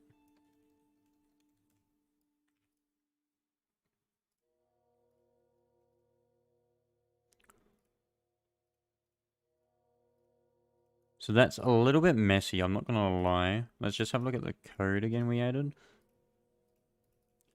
So obviously, where is it? Not there. Drag and drop. This one's quite big. That's what I kind of expected though. It does work properly. That's not too bad down there. Into inventory. Nothing's too bad in the inventory. It's mainly just this giant drag and drop thing here, which is to be expected. Although actually that's not too bad. That's all here. Actually, it's probably better that we have it manually do everything there. We should probably split that into a function though. But, you know, whatever. And then if we have a look in hotbar, that's that's actually really nice looking. That's not too bad. And that's actually it. So that hotbar's pretty much done, I'd say. So let's go hack and plan. That is testing. And now we're going to do the combat weapon system, which I'm not going to do today because I need to sleep early. Australia Day is tomorrow, and we're going out for lunch to my granddad's place. But yeah, actually we're getting really close now to all these down here, so that's good news. I know a lot of you are excited for the magic system, and a lot of you obviously are excited for the combat. Some may be excited for the AI and loot system. But yeah. And why are you advertising in my chat for, huh? Huh? Let me delete that message.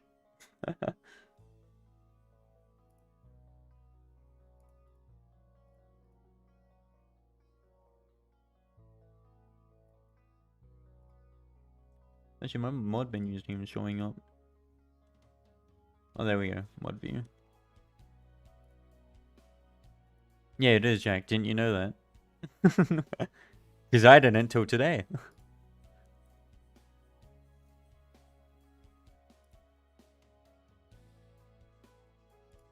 Okay, Emil, I'm actually gonna 30-minute time out you.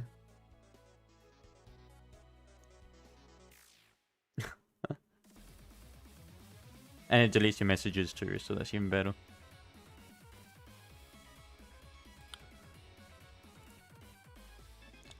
Oh, lol.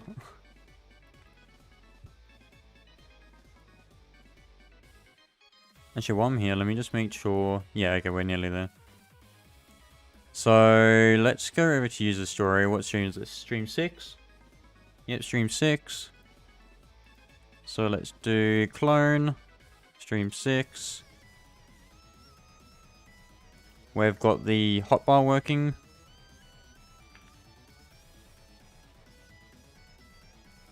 I just put bug fixes, why not?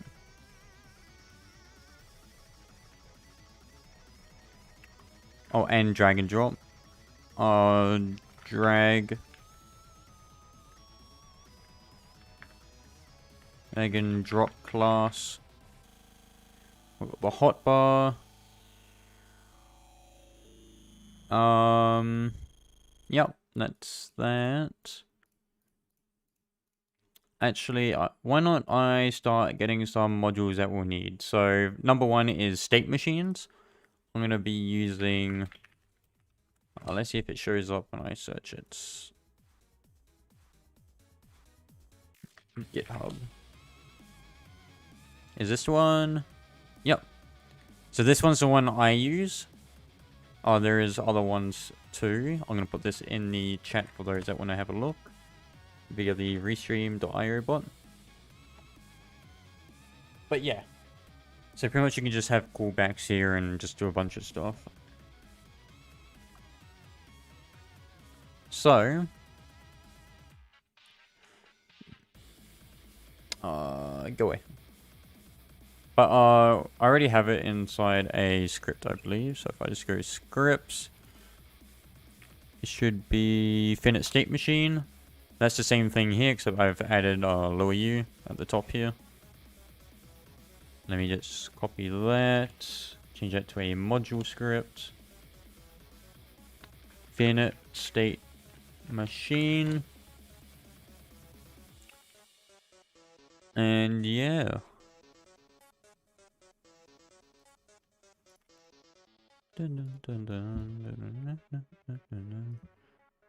So finite state machines, we'll need some animations. I already have weapons. What else? While we're at it, I should probably... Oh, did I close the hacking plan? I did. Let me just pull this back.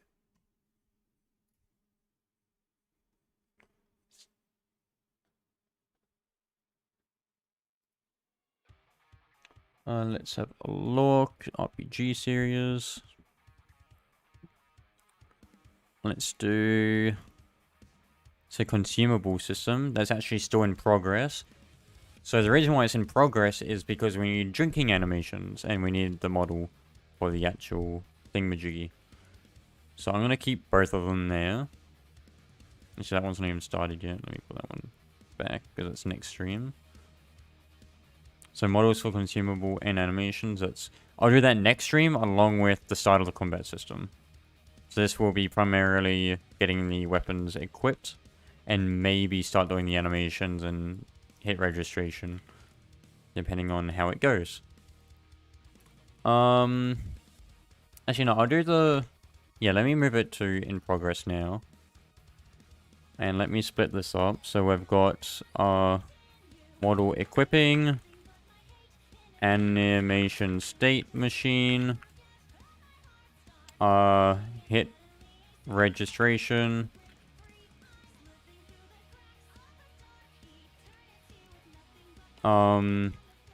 what's that game called? Let me check. So somebody recommended me a game for the type of combat I should do. I do have some recordings here of the game. Let me find it. So this one here.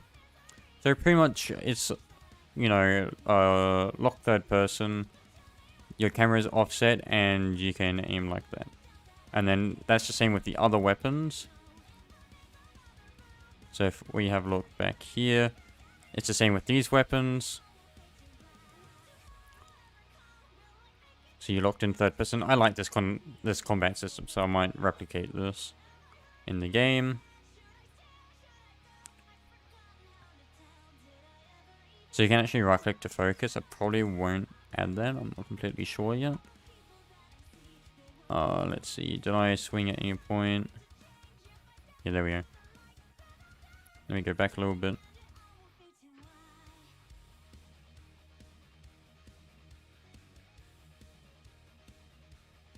I was trying to get up here, yeah. But you'll see when I'm attacking.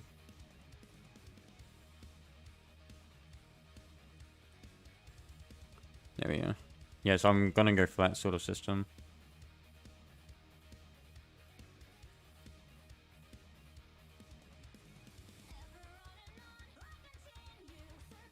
But you get the idea. And I already have I don't know if I've got it in here. Yeah, I do. So in this player module, I already have it so I can toggle shift locking. So if I play the game now and I have looked inside my player, there's allow shift lock and then shift locked. And I can force shift lock by toggling this to true and toggling it back to false. And then this one allows me to toggle it with my keybind, which is control in this case. So yeah, we'll do it based off that. Just waiting for this. I might change it to like a combination of keybinds, but we'll see.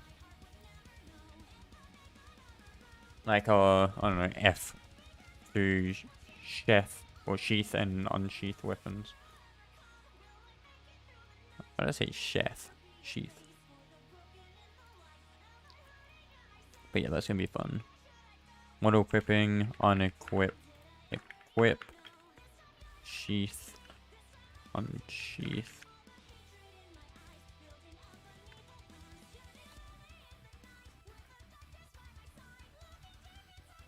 There we go. Finish that.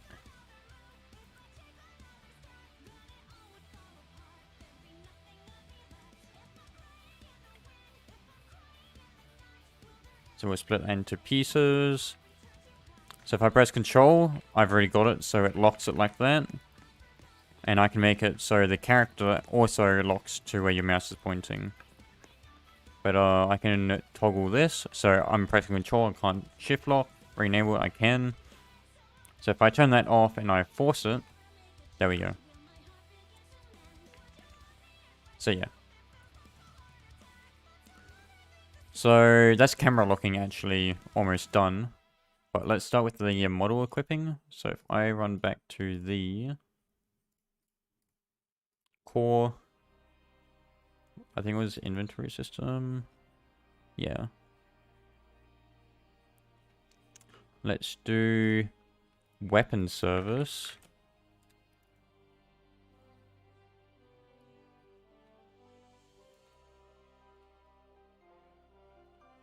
Let's get rid of all them. Let's do function. module, equip weapon, local player, weapon UID.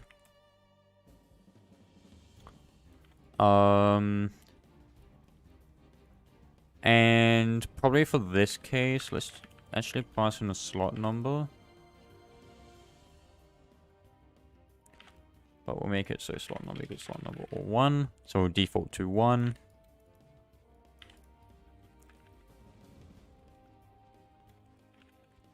So actually let me go down here and add dual wielding weapons, 2 hand slots, and then also clone that again. We'll have character slots, 2 hands, head, body, legs, boots, belt. I reckon I'll go for something like that. Character equipment slots. I should probably move that into description actually.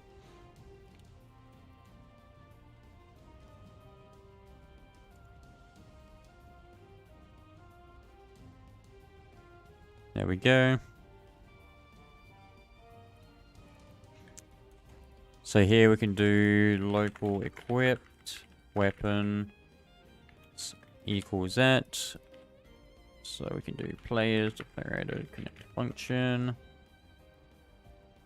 local player. Actually, I'll do player removing, local player, equipped weapons. So if equipped weapons, local player, then we'll destroy. Set that to no.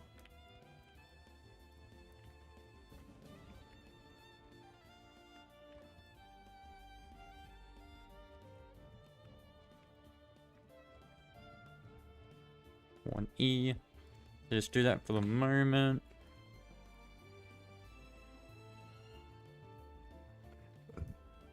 I'm gonna make a new server module classes weapon. Oh, actually no. I'll keep it simple for the moment and just have the model clone into it. So here, what we want to do is under core, we want inventory service. We want... Wait, no, actually, I want to go modules, definitions, settings. Local item data equals replicated modules dot settings. I should probably rename this module.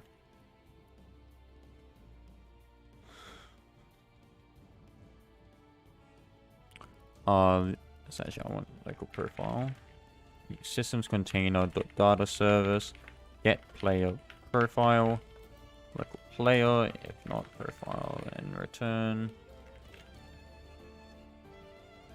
Profile dot data dot inventory the weapon UID. If not, item data then one. No item data found for UID. The weapon UID, return false. And then we can just do local item config equals fabricated module settings get item config item data item ID. Let me just check inside inventory service. It's ID. It's just ID. If not, return false. One. No item config found for item with ID of... Oops. Not that one.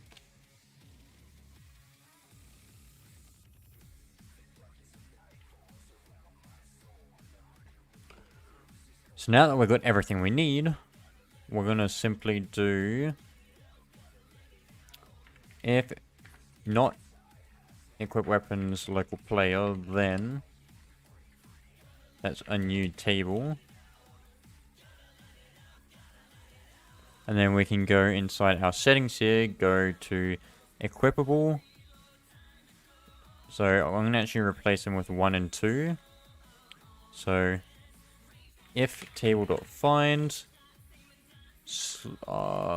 something the slot number. So in this case,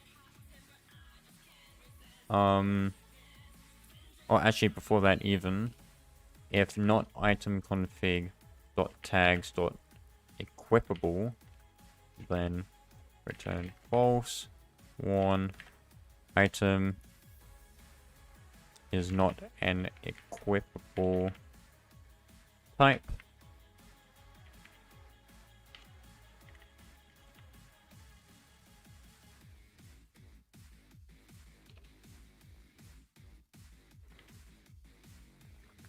Return false.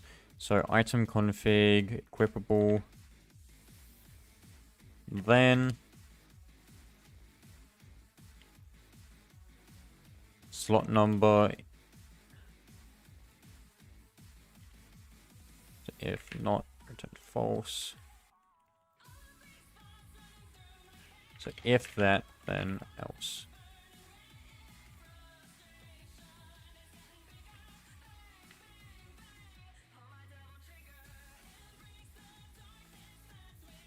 Local model, you replicated assets, or let me actually get that local.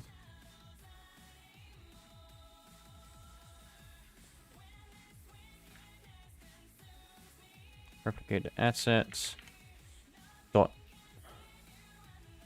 models, find first child, the item config dot model.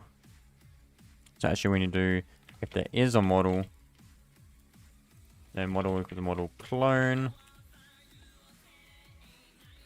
Let's do function module get and by number, local player and number. Actually, let me get body part by number, piece number.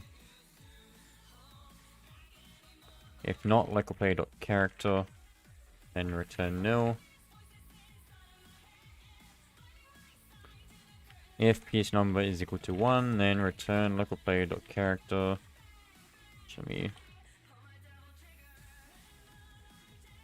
Let me do something easier, like ordered pieces, left hand, right hand.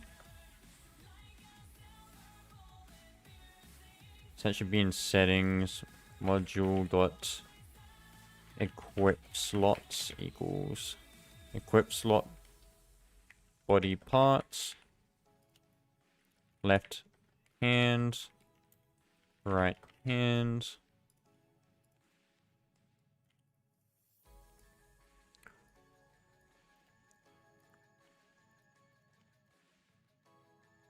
Local string equals settings, so replicate modules dot settings dot equip slot body parts piece number,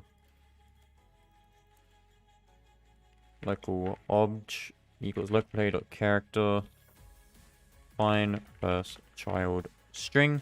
Obviously the string can be nil, so string and that. If obj, actually we don't need that, we just return obj. Which simplifies to that.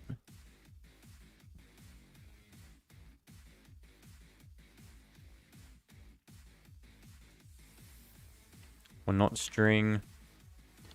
I could play find first child then. So here we can do like a body part.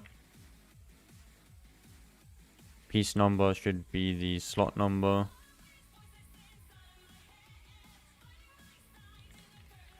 Module to offset C frames.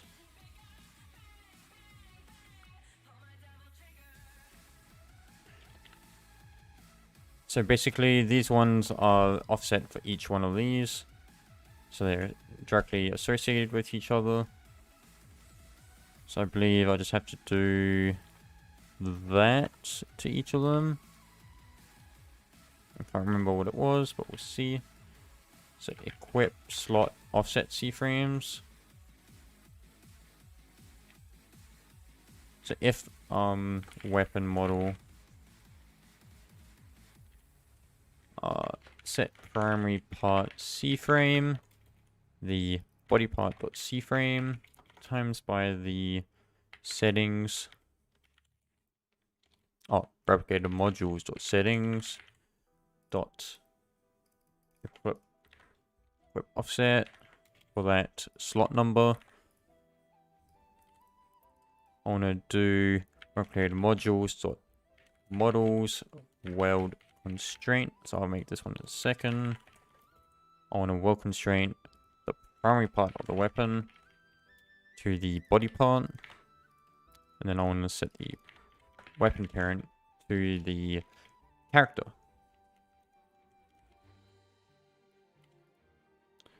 Down here, what we're gonna do, actually I'm gonna do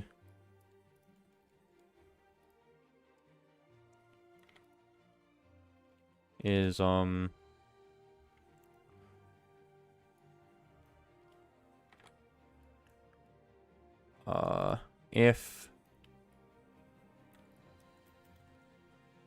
if equipped weapons. Sup, dude? I have no clue how to say that. For slot number model in pairs. Equip weapons. Local player. Do. Model. Destroy. And then we'll set that slot number to 0.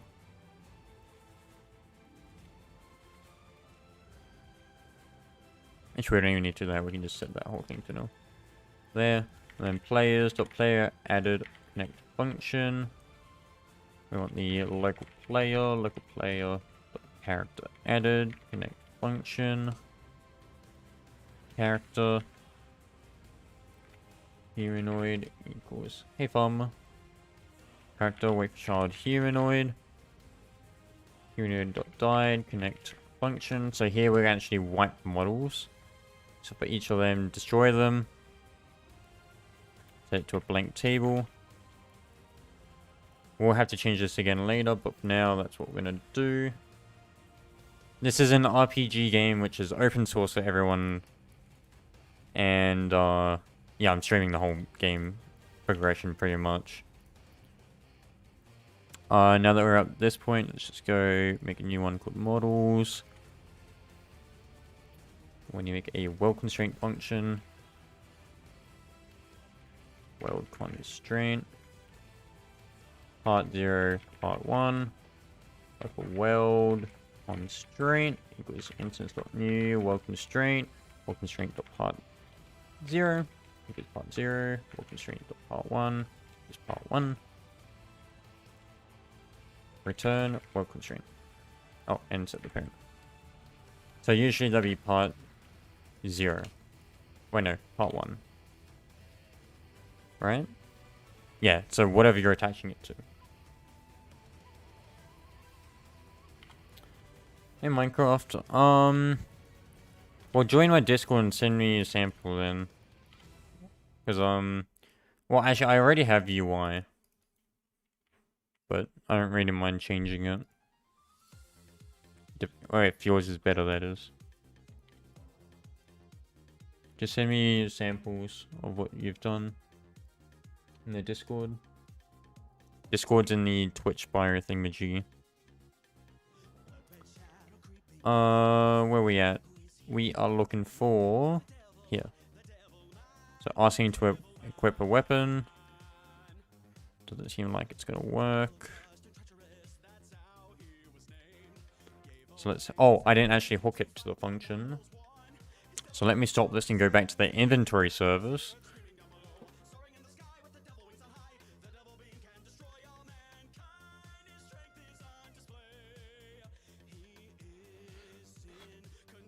Once it's ready, that is.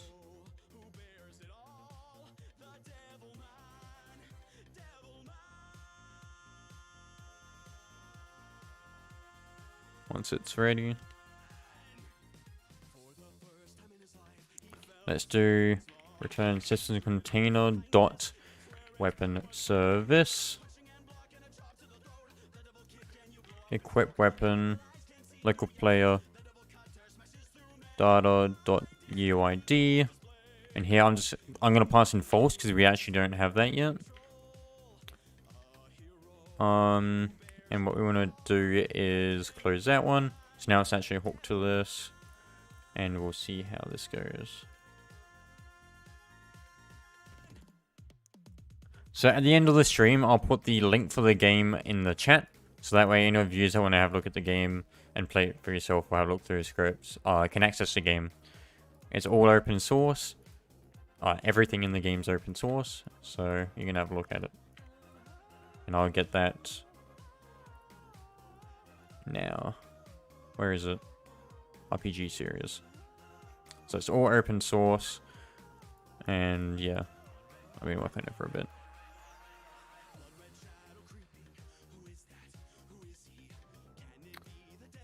Let's actually go back to Hacking Plan.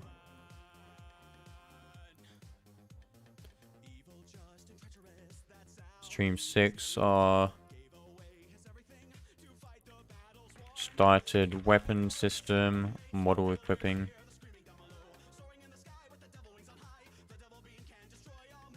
So if I just equip, looks like nothing happened. Oh no, there's weapons there. I guess the mesh isn't loading. Give it a second. Yeah, it's pretty nice, yeah. There we go. So that's working. The reason why it's not working is because I actually didn't set the model as the equipped weapon here. So let's do that. And then pretty much at this point, I have got to get the rotation correct. So how do I do that? Well, we're going to play with the settings value.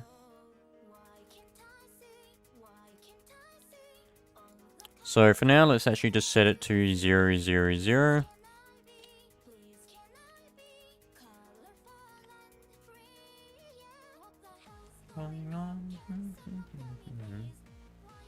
Let's try that.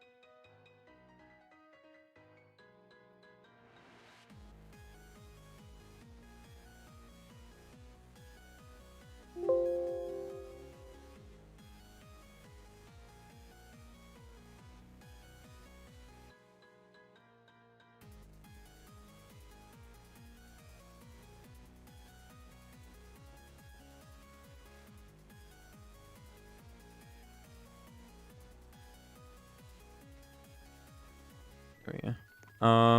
So let's try this again. So if I press 1, so that's pretty much just flipping it on the x-axis, I believe. How can I test this? Well, we'll just go in here. Game, get service, selection, get, which returns a table, so you get the first index of that table. Dot C-frame. Actually, no, we need to set primary part C-frame. Set primary part C-frame. And then we can do cframe.new, so that shouldn't move it. But if we do, let's change that to cframe.angles, 0, 0, 0. So that's the same. Let's do math.red 180 in there. So that doesn't look like it's done anything. Actually, if I rotate that 90, we should be able to see what it does.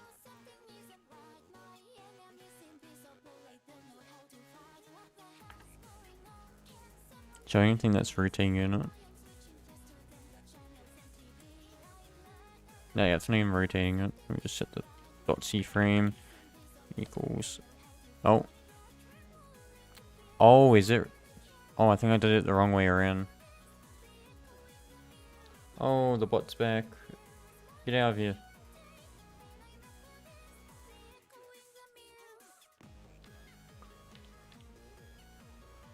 As you can see, the character was added and actually cleared the hotbar slot. So we instantly equipped it.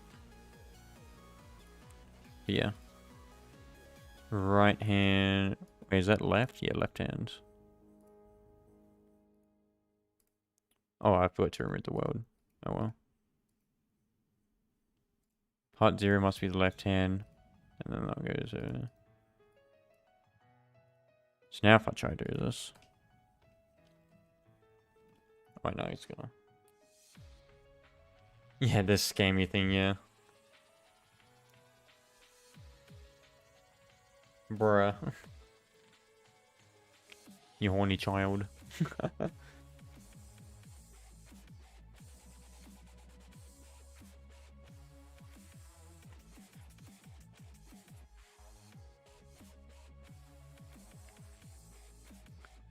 So let me quickly run over to the weapon service. I need to flip these.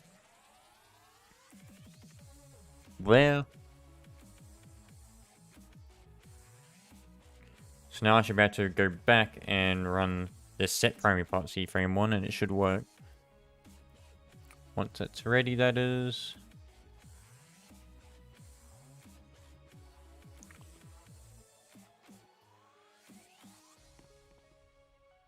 Yep, so let's drag and drop.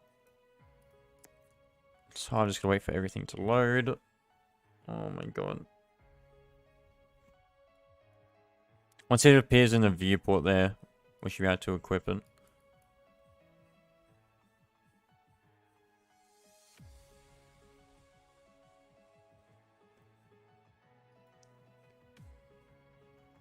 There we go. So if I do 1, there it is. We can toggle it on and off. Now if I try and do this again, is that gonna work? Doesn't look like.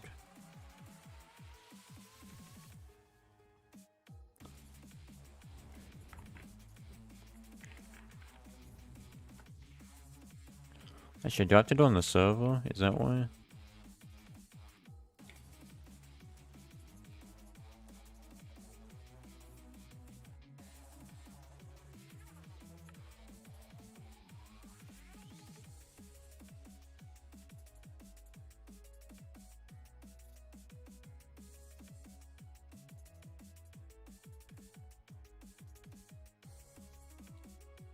Oh, that's why it doesn't actually have a...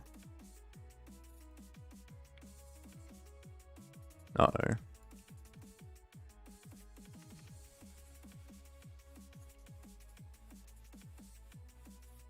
Oh. Oh yeah, I'm just gonna have to guess it, I guess. Let me flip those back. C-frame.angles. I'm pretty sure just math.rad 180 there.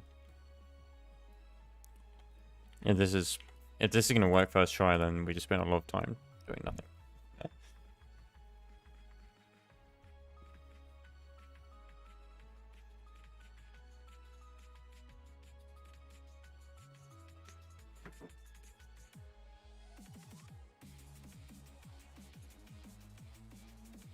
Go. It'd be great if I could see the way it's rotated. So it looks like we're just gonna do on the y-axis a 90-degree turn, and that's it.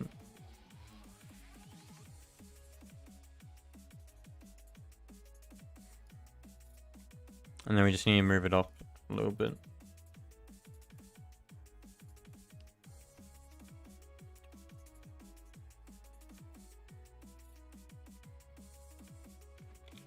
Math.rad 90 times cframe.new 0 1 0. I should probably do this per weapon. Hmm. Model offset.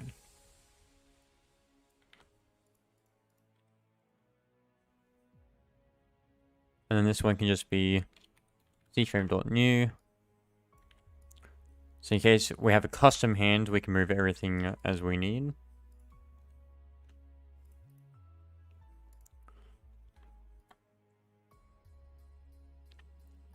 So now if we go over to weapon servers, we do bodypart.cframe times that one times by the item config dot model offset.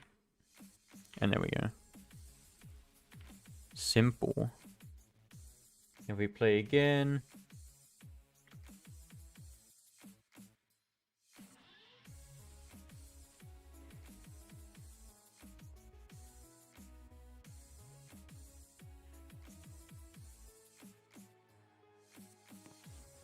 Drag and drop. One. Let's have a look. Seems like that did not go the way I wanted it to.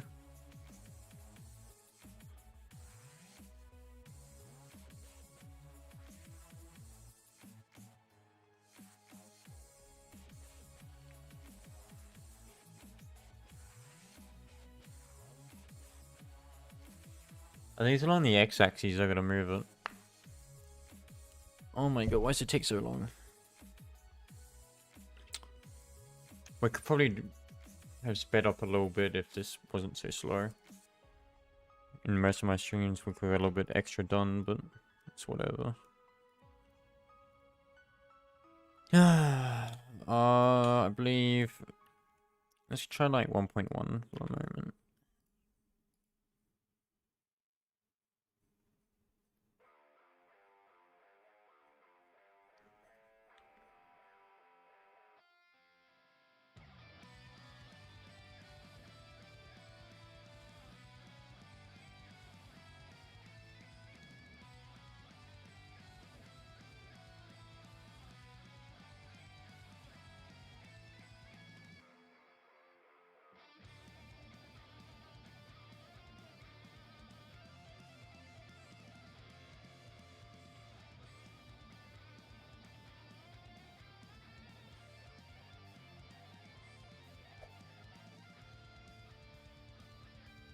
Oh, it instantly loaded.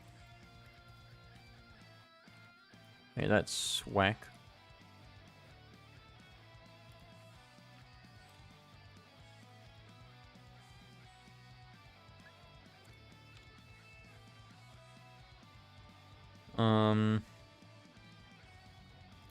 How about we do...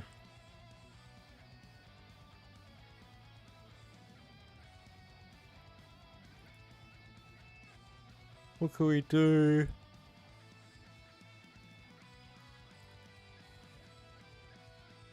Well, if I did a new sequence of angles afterwards.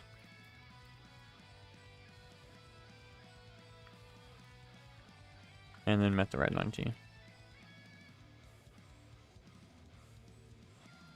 So maybe do...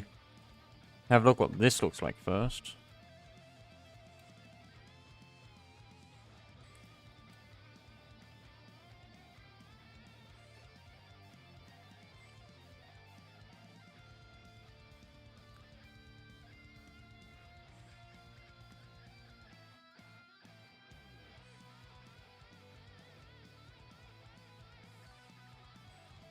Let's see.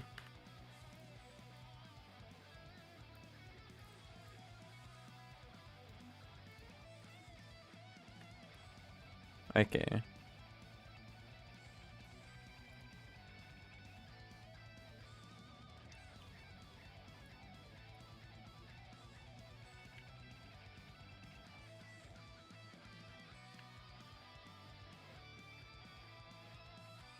Very quickly do something.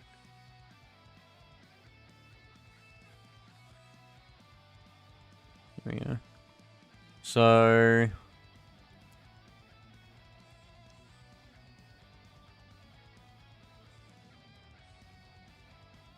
That flips the weapon around, and we also want math.rad 90. So that should straighten the weapon now. So let me do that there, and see if that straightens the weapon.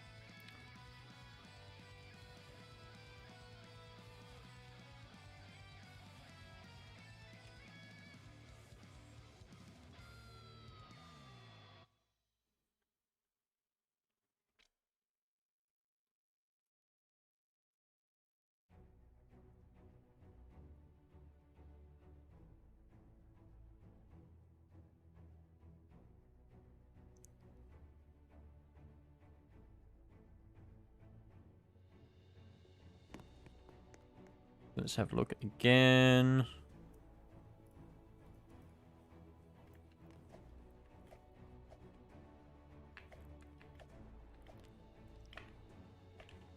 Once it loads. Yep, so that's straightened, and then we just need to move it up on the y-axis. Which is that one.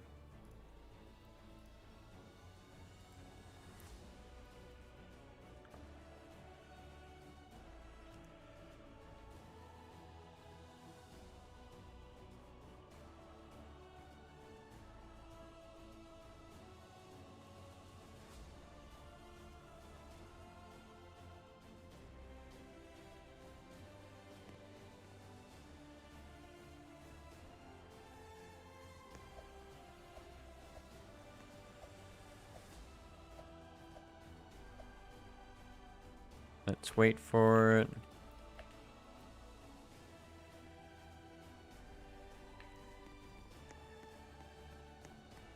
There we go.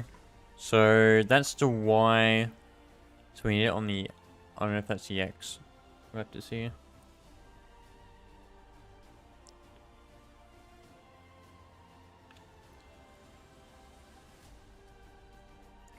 One there. Actually, we don't even need that now because it's straight. Oh, have it all... Oh, I forgot I had that. Show direction. That made things a lot easier.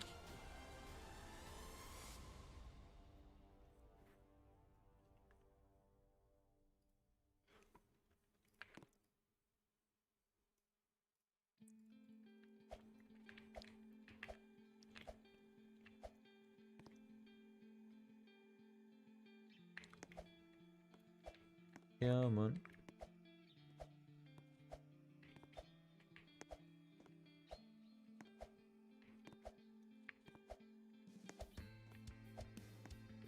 There we go. Okay, so that one is definitely the y-axis. No. The Z is the y-axis, I mean. So we can do that. Maybe do like 0.75 rather. And also while we're here, let's go back to the... I believe it's under modules, classes, drag and drop. I'm going to change this to... Yeah, I don't know why it's taking forever. It's just been doing it. It's really annoying. Let's do task wait up for a second. I don't know if I've got like... Let me actually double check if I've got caching enabled.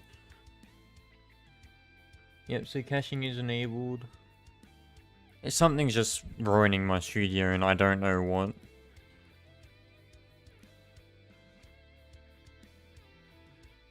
Like, all of them are off. All of them are off. Nothing would be in there.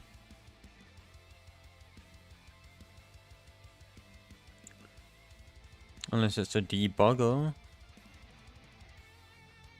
That wouldn't be... That would make sense.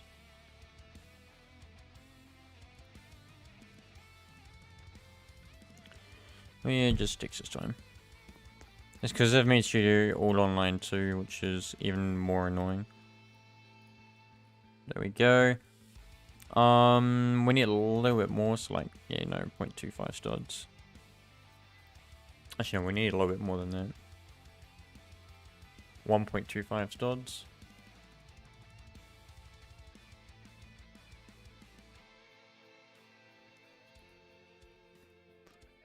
But yeah, let's do... model equipping is there.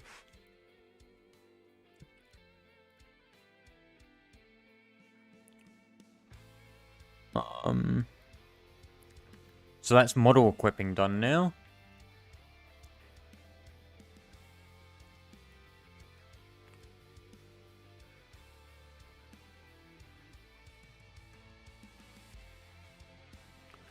And now that we've got model equipping done, let's have gameplay combat system or combat service. Let's have function module update. Task.spawn function module update. Let's have underneath here. Nope, we want inventory. In the inventory, we want this replicated data. On that updated. And then also we want this one here. We scroll up even more.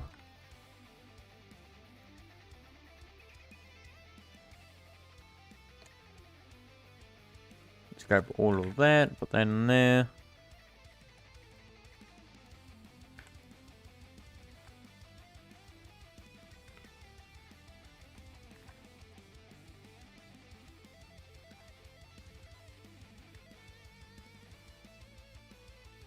And just have all them. So here we can do if player data dot. Oh, actually, we need to check the data real quick. Active weapon or active pieces or active pieces or active equipment. And I should probably rename this to equipment service. And then that way, if I go inventory, we do equipment service. Equip weapon. Or I can do equip. Equip. Equipment. Equipped equipment.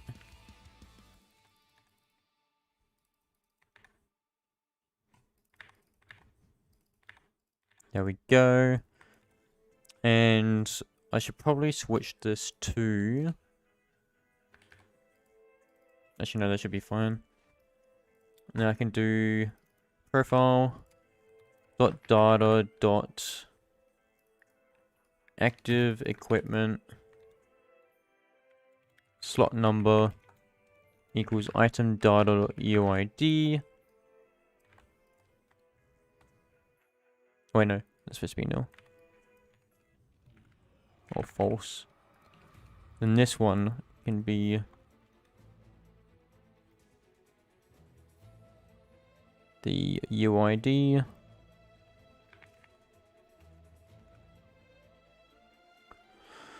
Actually, I should probably set that to nil. So that destroys it, gets rid of it from the thing there. That one adds it. And then I can do what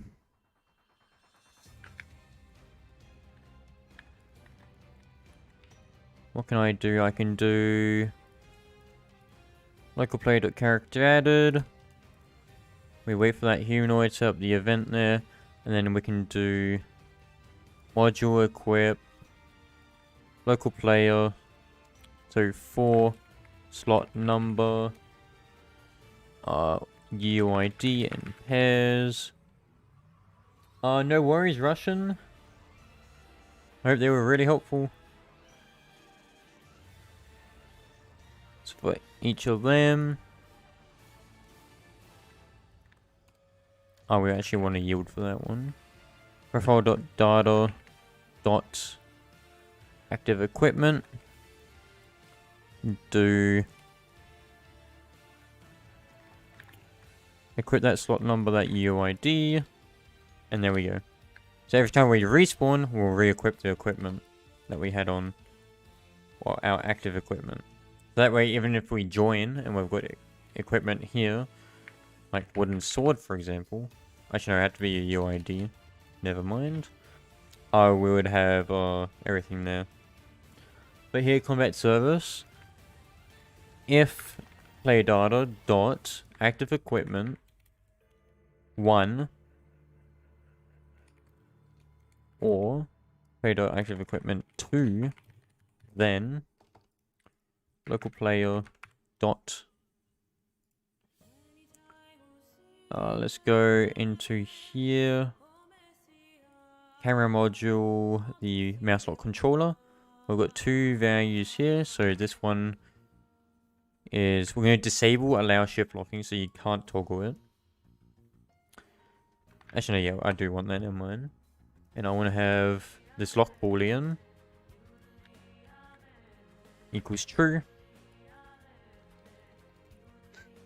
And actually, let's have a local last of values.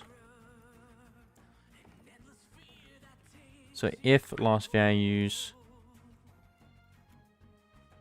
or actually no, I shouldn't do that. What I have is actually I'll have to keep this for a little bit later. Check combat or check equipment for animations and stuff. And then pretty much most of the stuff will be here anyways. And also make sure that's correct.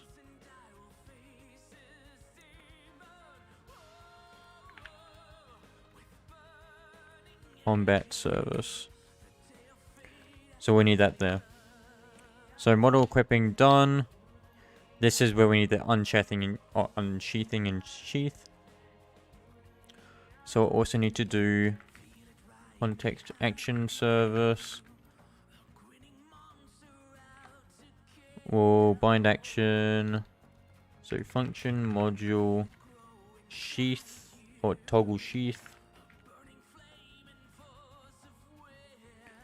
We'll do bind action toggle sheath.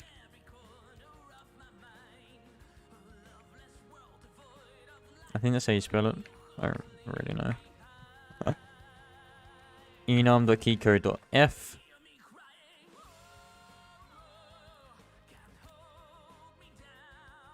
It seems complicated, but once you break it down, it gets pretty easy.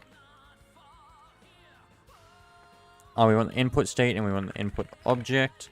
So if action name is it this action name here, and this is enum the user input state.begin. So if the action name is this one and it's when you press it, we want this to toggle sheath.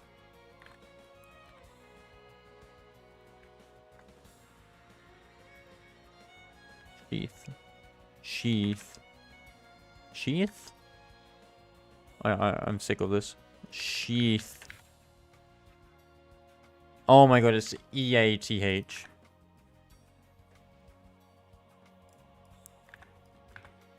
I was way off.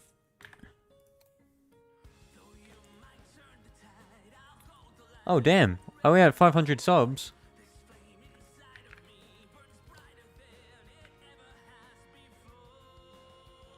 Hell yeah, baby! 500 subs. I'm gonna do a giveaway or something. Quick, you little noob. Actually, are you gonna appear here? I wonder. I don't think you did.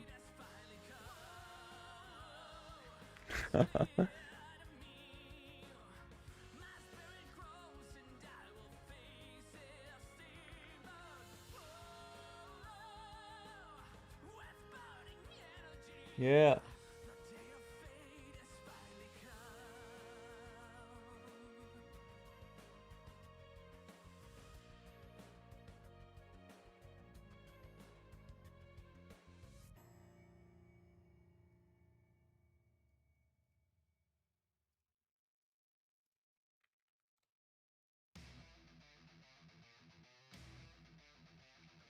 Damn, now think about it. When was my first video? I should have uploaded way more often. I reckon I've... Ooh. When was the first video? 1 year ago. Oh, that's not too bad. Yeah, all good. You moved to Twitch. Toggle sheath. So if I press F, it'll toggle the sheath. But yeah, we don't need any of that there. Maybe I should do it so... Nah, I'll just leave like that. We'll see what happens.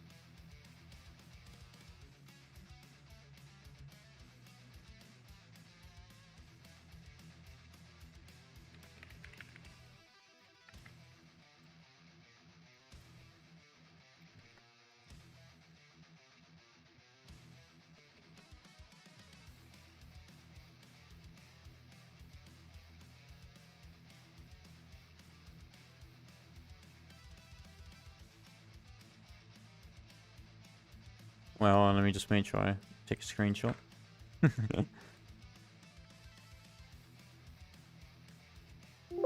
There we go. Alright, now if I try this again... So it says check equipment and stuff, and then press F, toggle sheath. So yeah, there we go. I'm just waiting for that model to load. There we go. So I can have a look at Sen, and I can toggle sheath.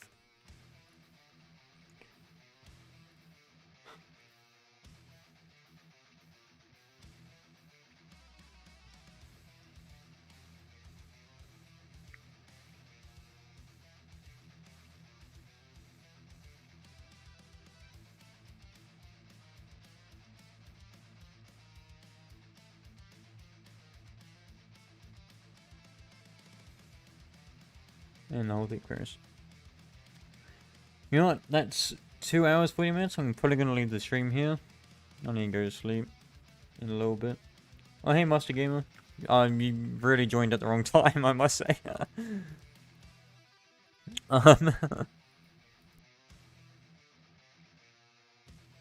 That's all I can say. You kind of joined at the bad time, but yeah, we got a little bit done.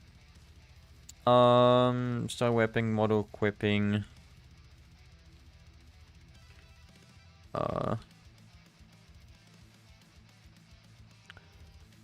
But yeah.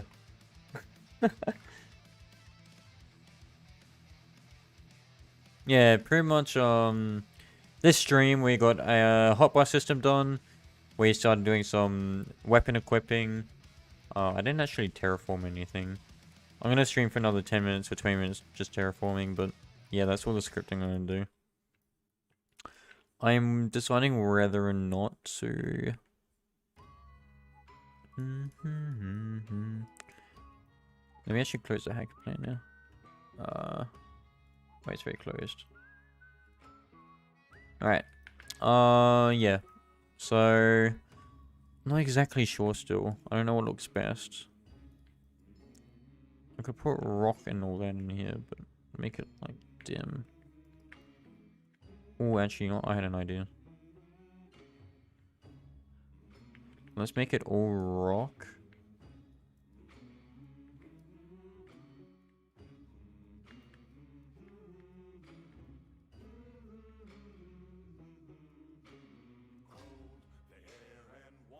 Like that.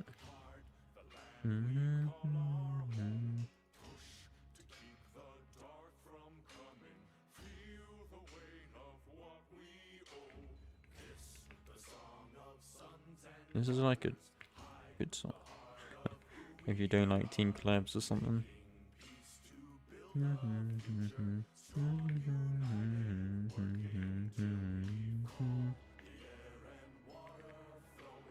Let's have a look if we go down in the middle here.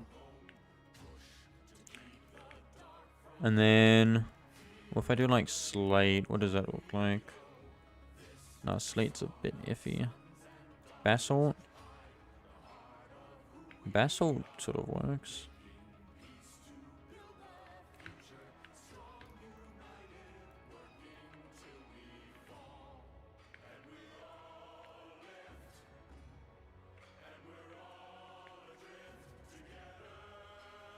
Oh my god, this waterfall's in the way.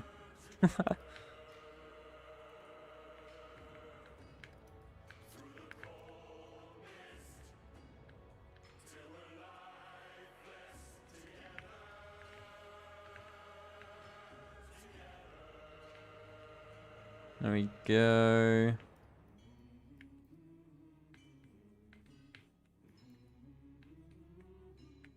I should do a weather system too.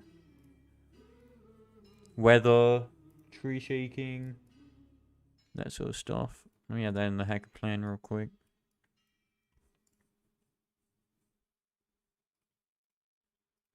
Weather slash vegetation miscellaneous. Wind plus wind shake. Weather. Like, oh, maybe seasons? Lighting tweens. Sound effects. Scripting. Python's pretty fun, yeah. I did quite a complex thing for my first project on Python, but it taught me quite a bit. Which was, that face tracking on my YouTube. That was my first project. In Python. Yeah. Python's pretty fun, yeah.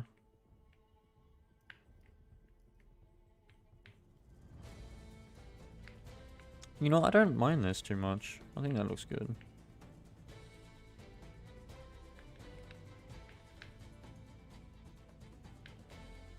Rock floor, walls, and ceiling and all that. I can have this. This is what it looks like once I get all this done.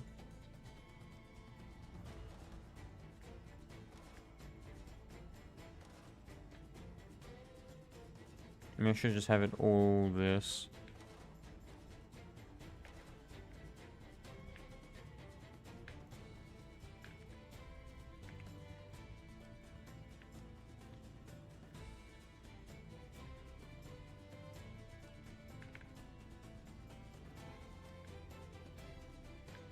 Look at DMs. Oh shit, hold on. Let me just finish this last bit.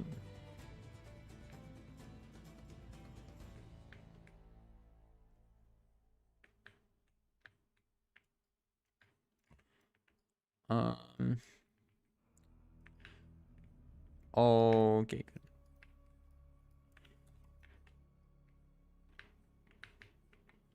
Let me just make all this here.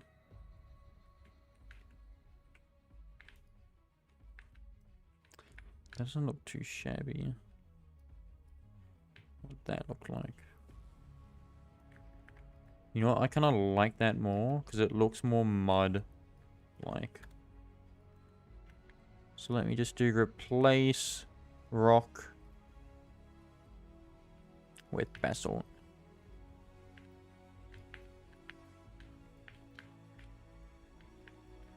There we go. Yeah, I kind of like that more.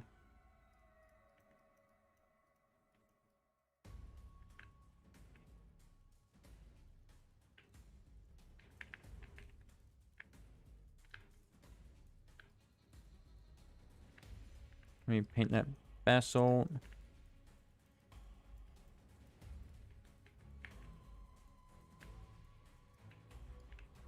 I love Minecraft on Twitch and check DMs. Oh my god. But you literally just copied what I did.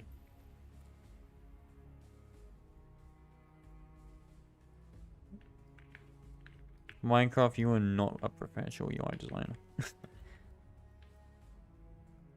I can tell you that much.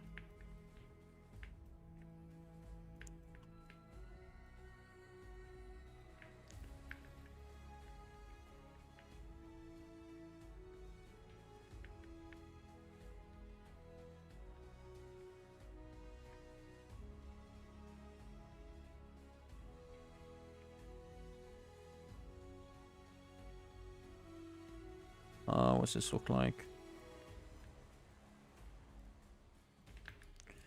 Boop, boop, boop. Actually, what would asphalt look like? No, that's way too bright. Mud? Oh, I could do mud on the floor. I'm just kind of playing with colors and stuff, seeing how it looks. Honestly, mud doesn't look too bad for the floor. The reason why I'm doing really dark colors is because I want to have glowing stuff in here. And stuff that lights up the room. And when you enter this region here, your lighting is going to change. So that's sort of the reason why I'm using dark colors.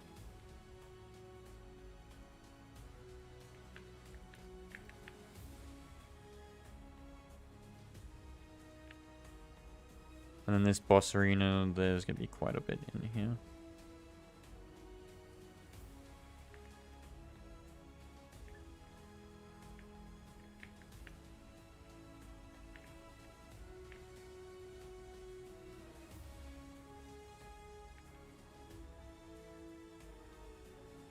Actually, whilst we're here, let me do replace salt basalt. And that's it. Now that it's been decided, I can just paint over everything. Actually, I'll paint over the roof first. I won't go further than that.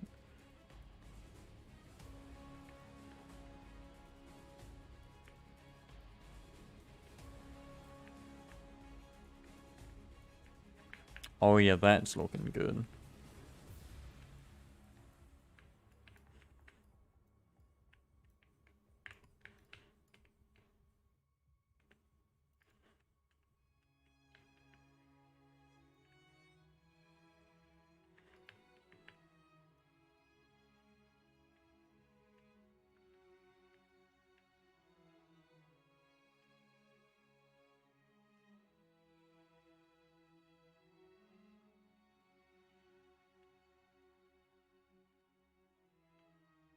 Let's smooth this out.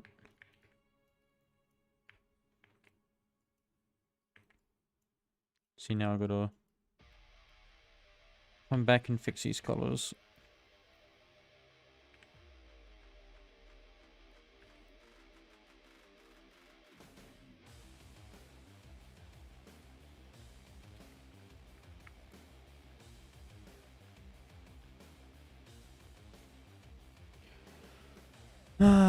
Let's see.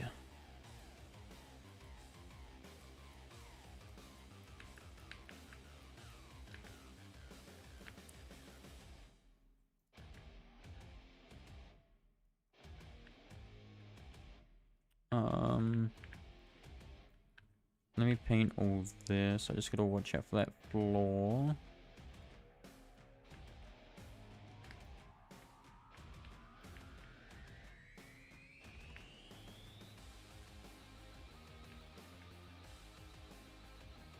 Wait. The floor's gonna be mud. That's right. Let me go mud all the way around.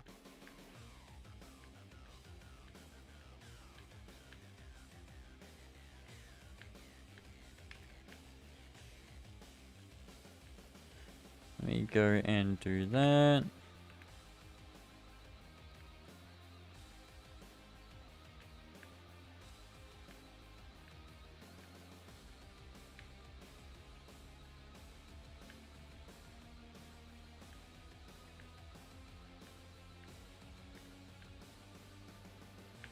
Maybe here we can do...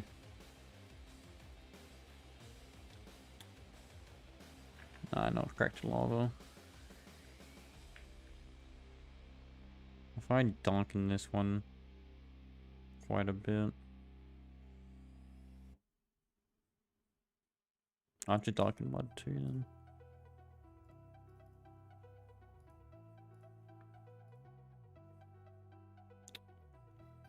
Slate. Oh no, this is asphalt? Yeah. And then mud. Definitely goes darker. There we go.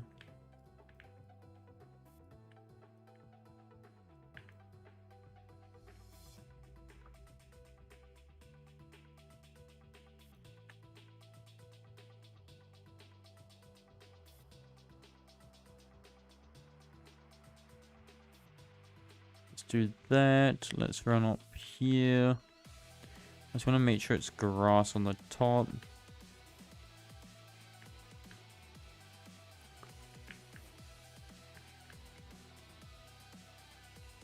Actually, I'm going to put mud around here.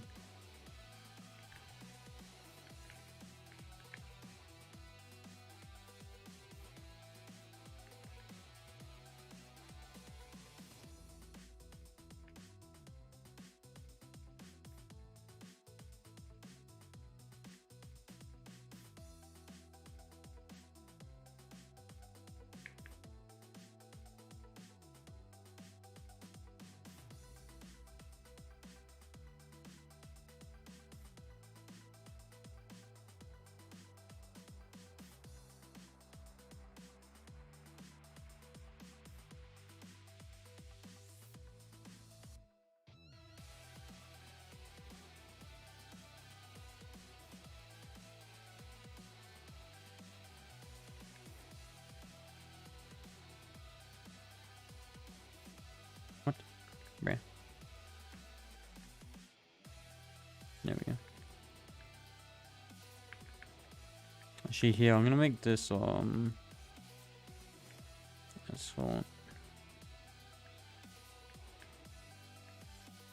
And get back over it with glacial.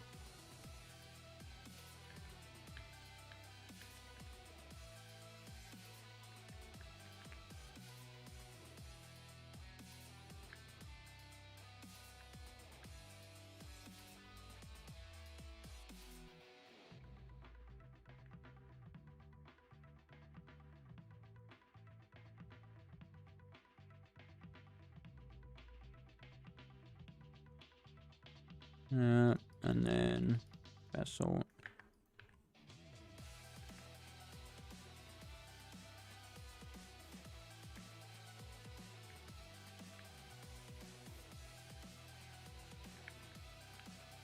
So it should be dark as all hell in here.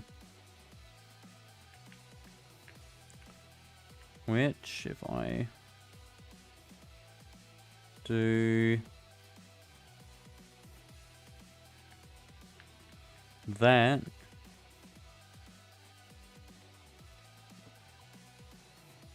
do yes, that one.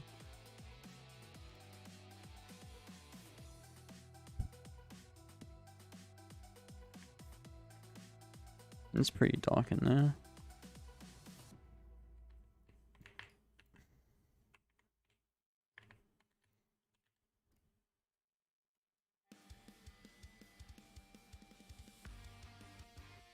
I assume none of them affected.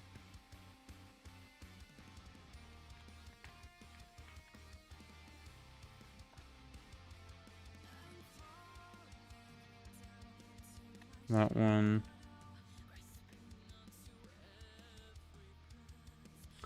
I want sun rays. Bloom.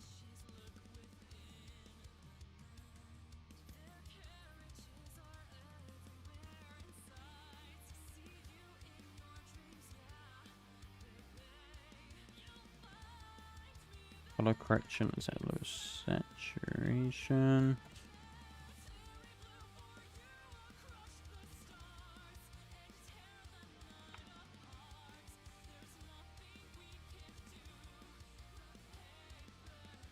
Actually, no, not brightness.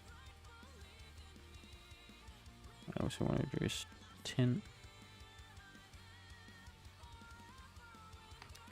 Oh, yeah, I can do.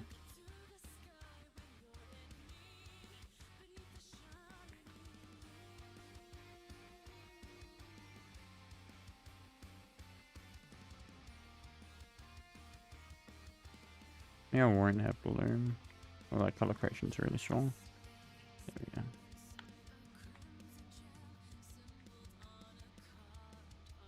I kind of like that color.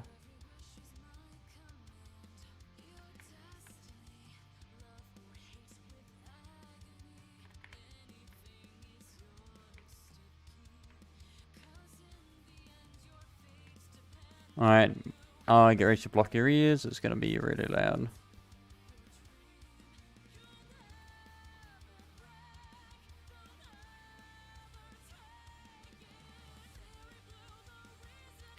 Maybe I should have a torch equipment too. I should do that. That'd be a good idea.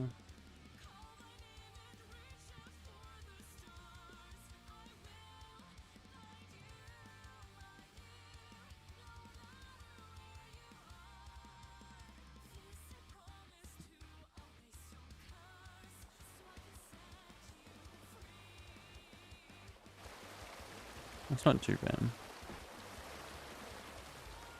Just the lighting is a really annoying issue.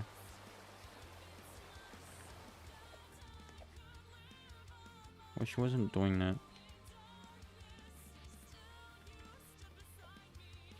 But yeah, we definitely need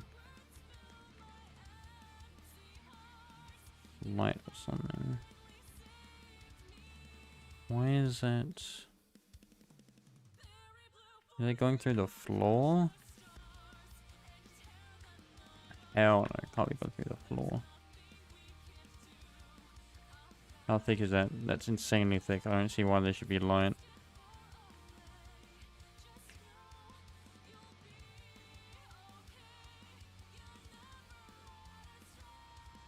Just one of those things, I guess.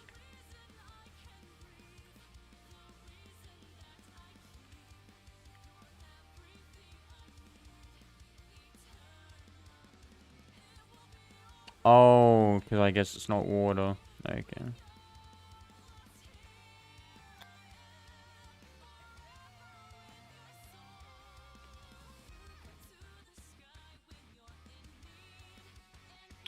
And a purse.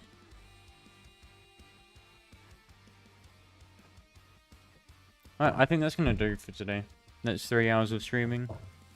That's plenty. We got heaps done. I finally got some colors sorted too.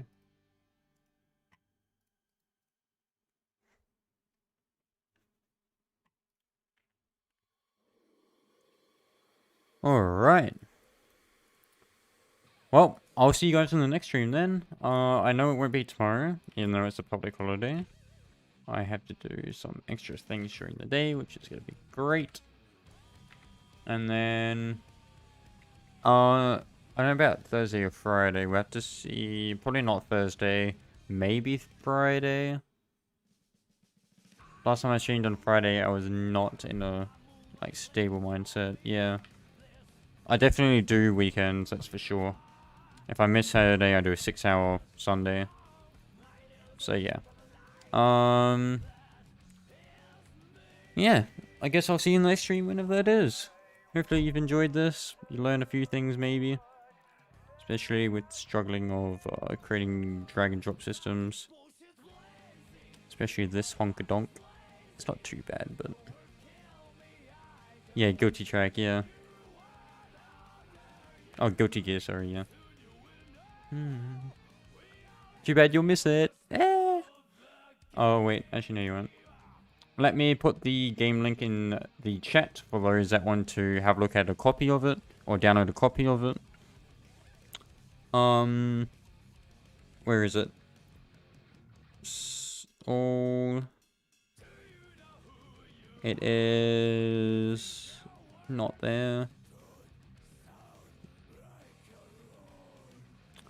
Let's get RPG series. I'm gonna put that in the chat. So that's the game there. If you want to download a copy, you can. Just 3 dots, edit. Here's proof of that. Just run over here. It says it's private, but you can go up here and edit, and then when you got that open, download a copy. But yeah. Hopefully you've enjoyed the stream. I'll see you in the next one. Where's OBS? There it is.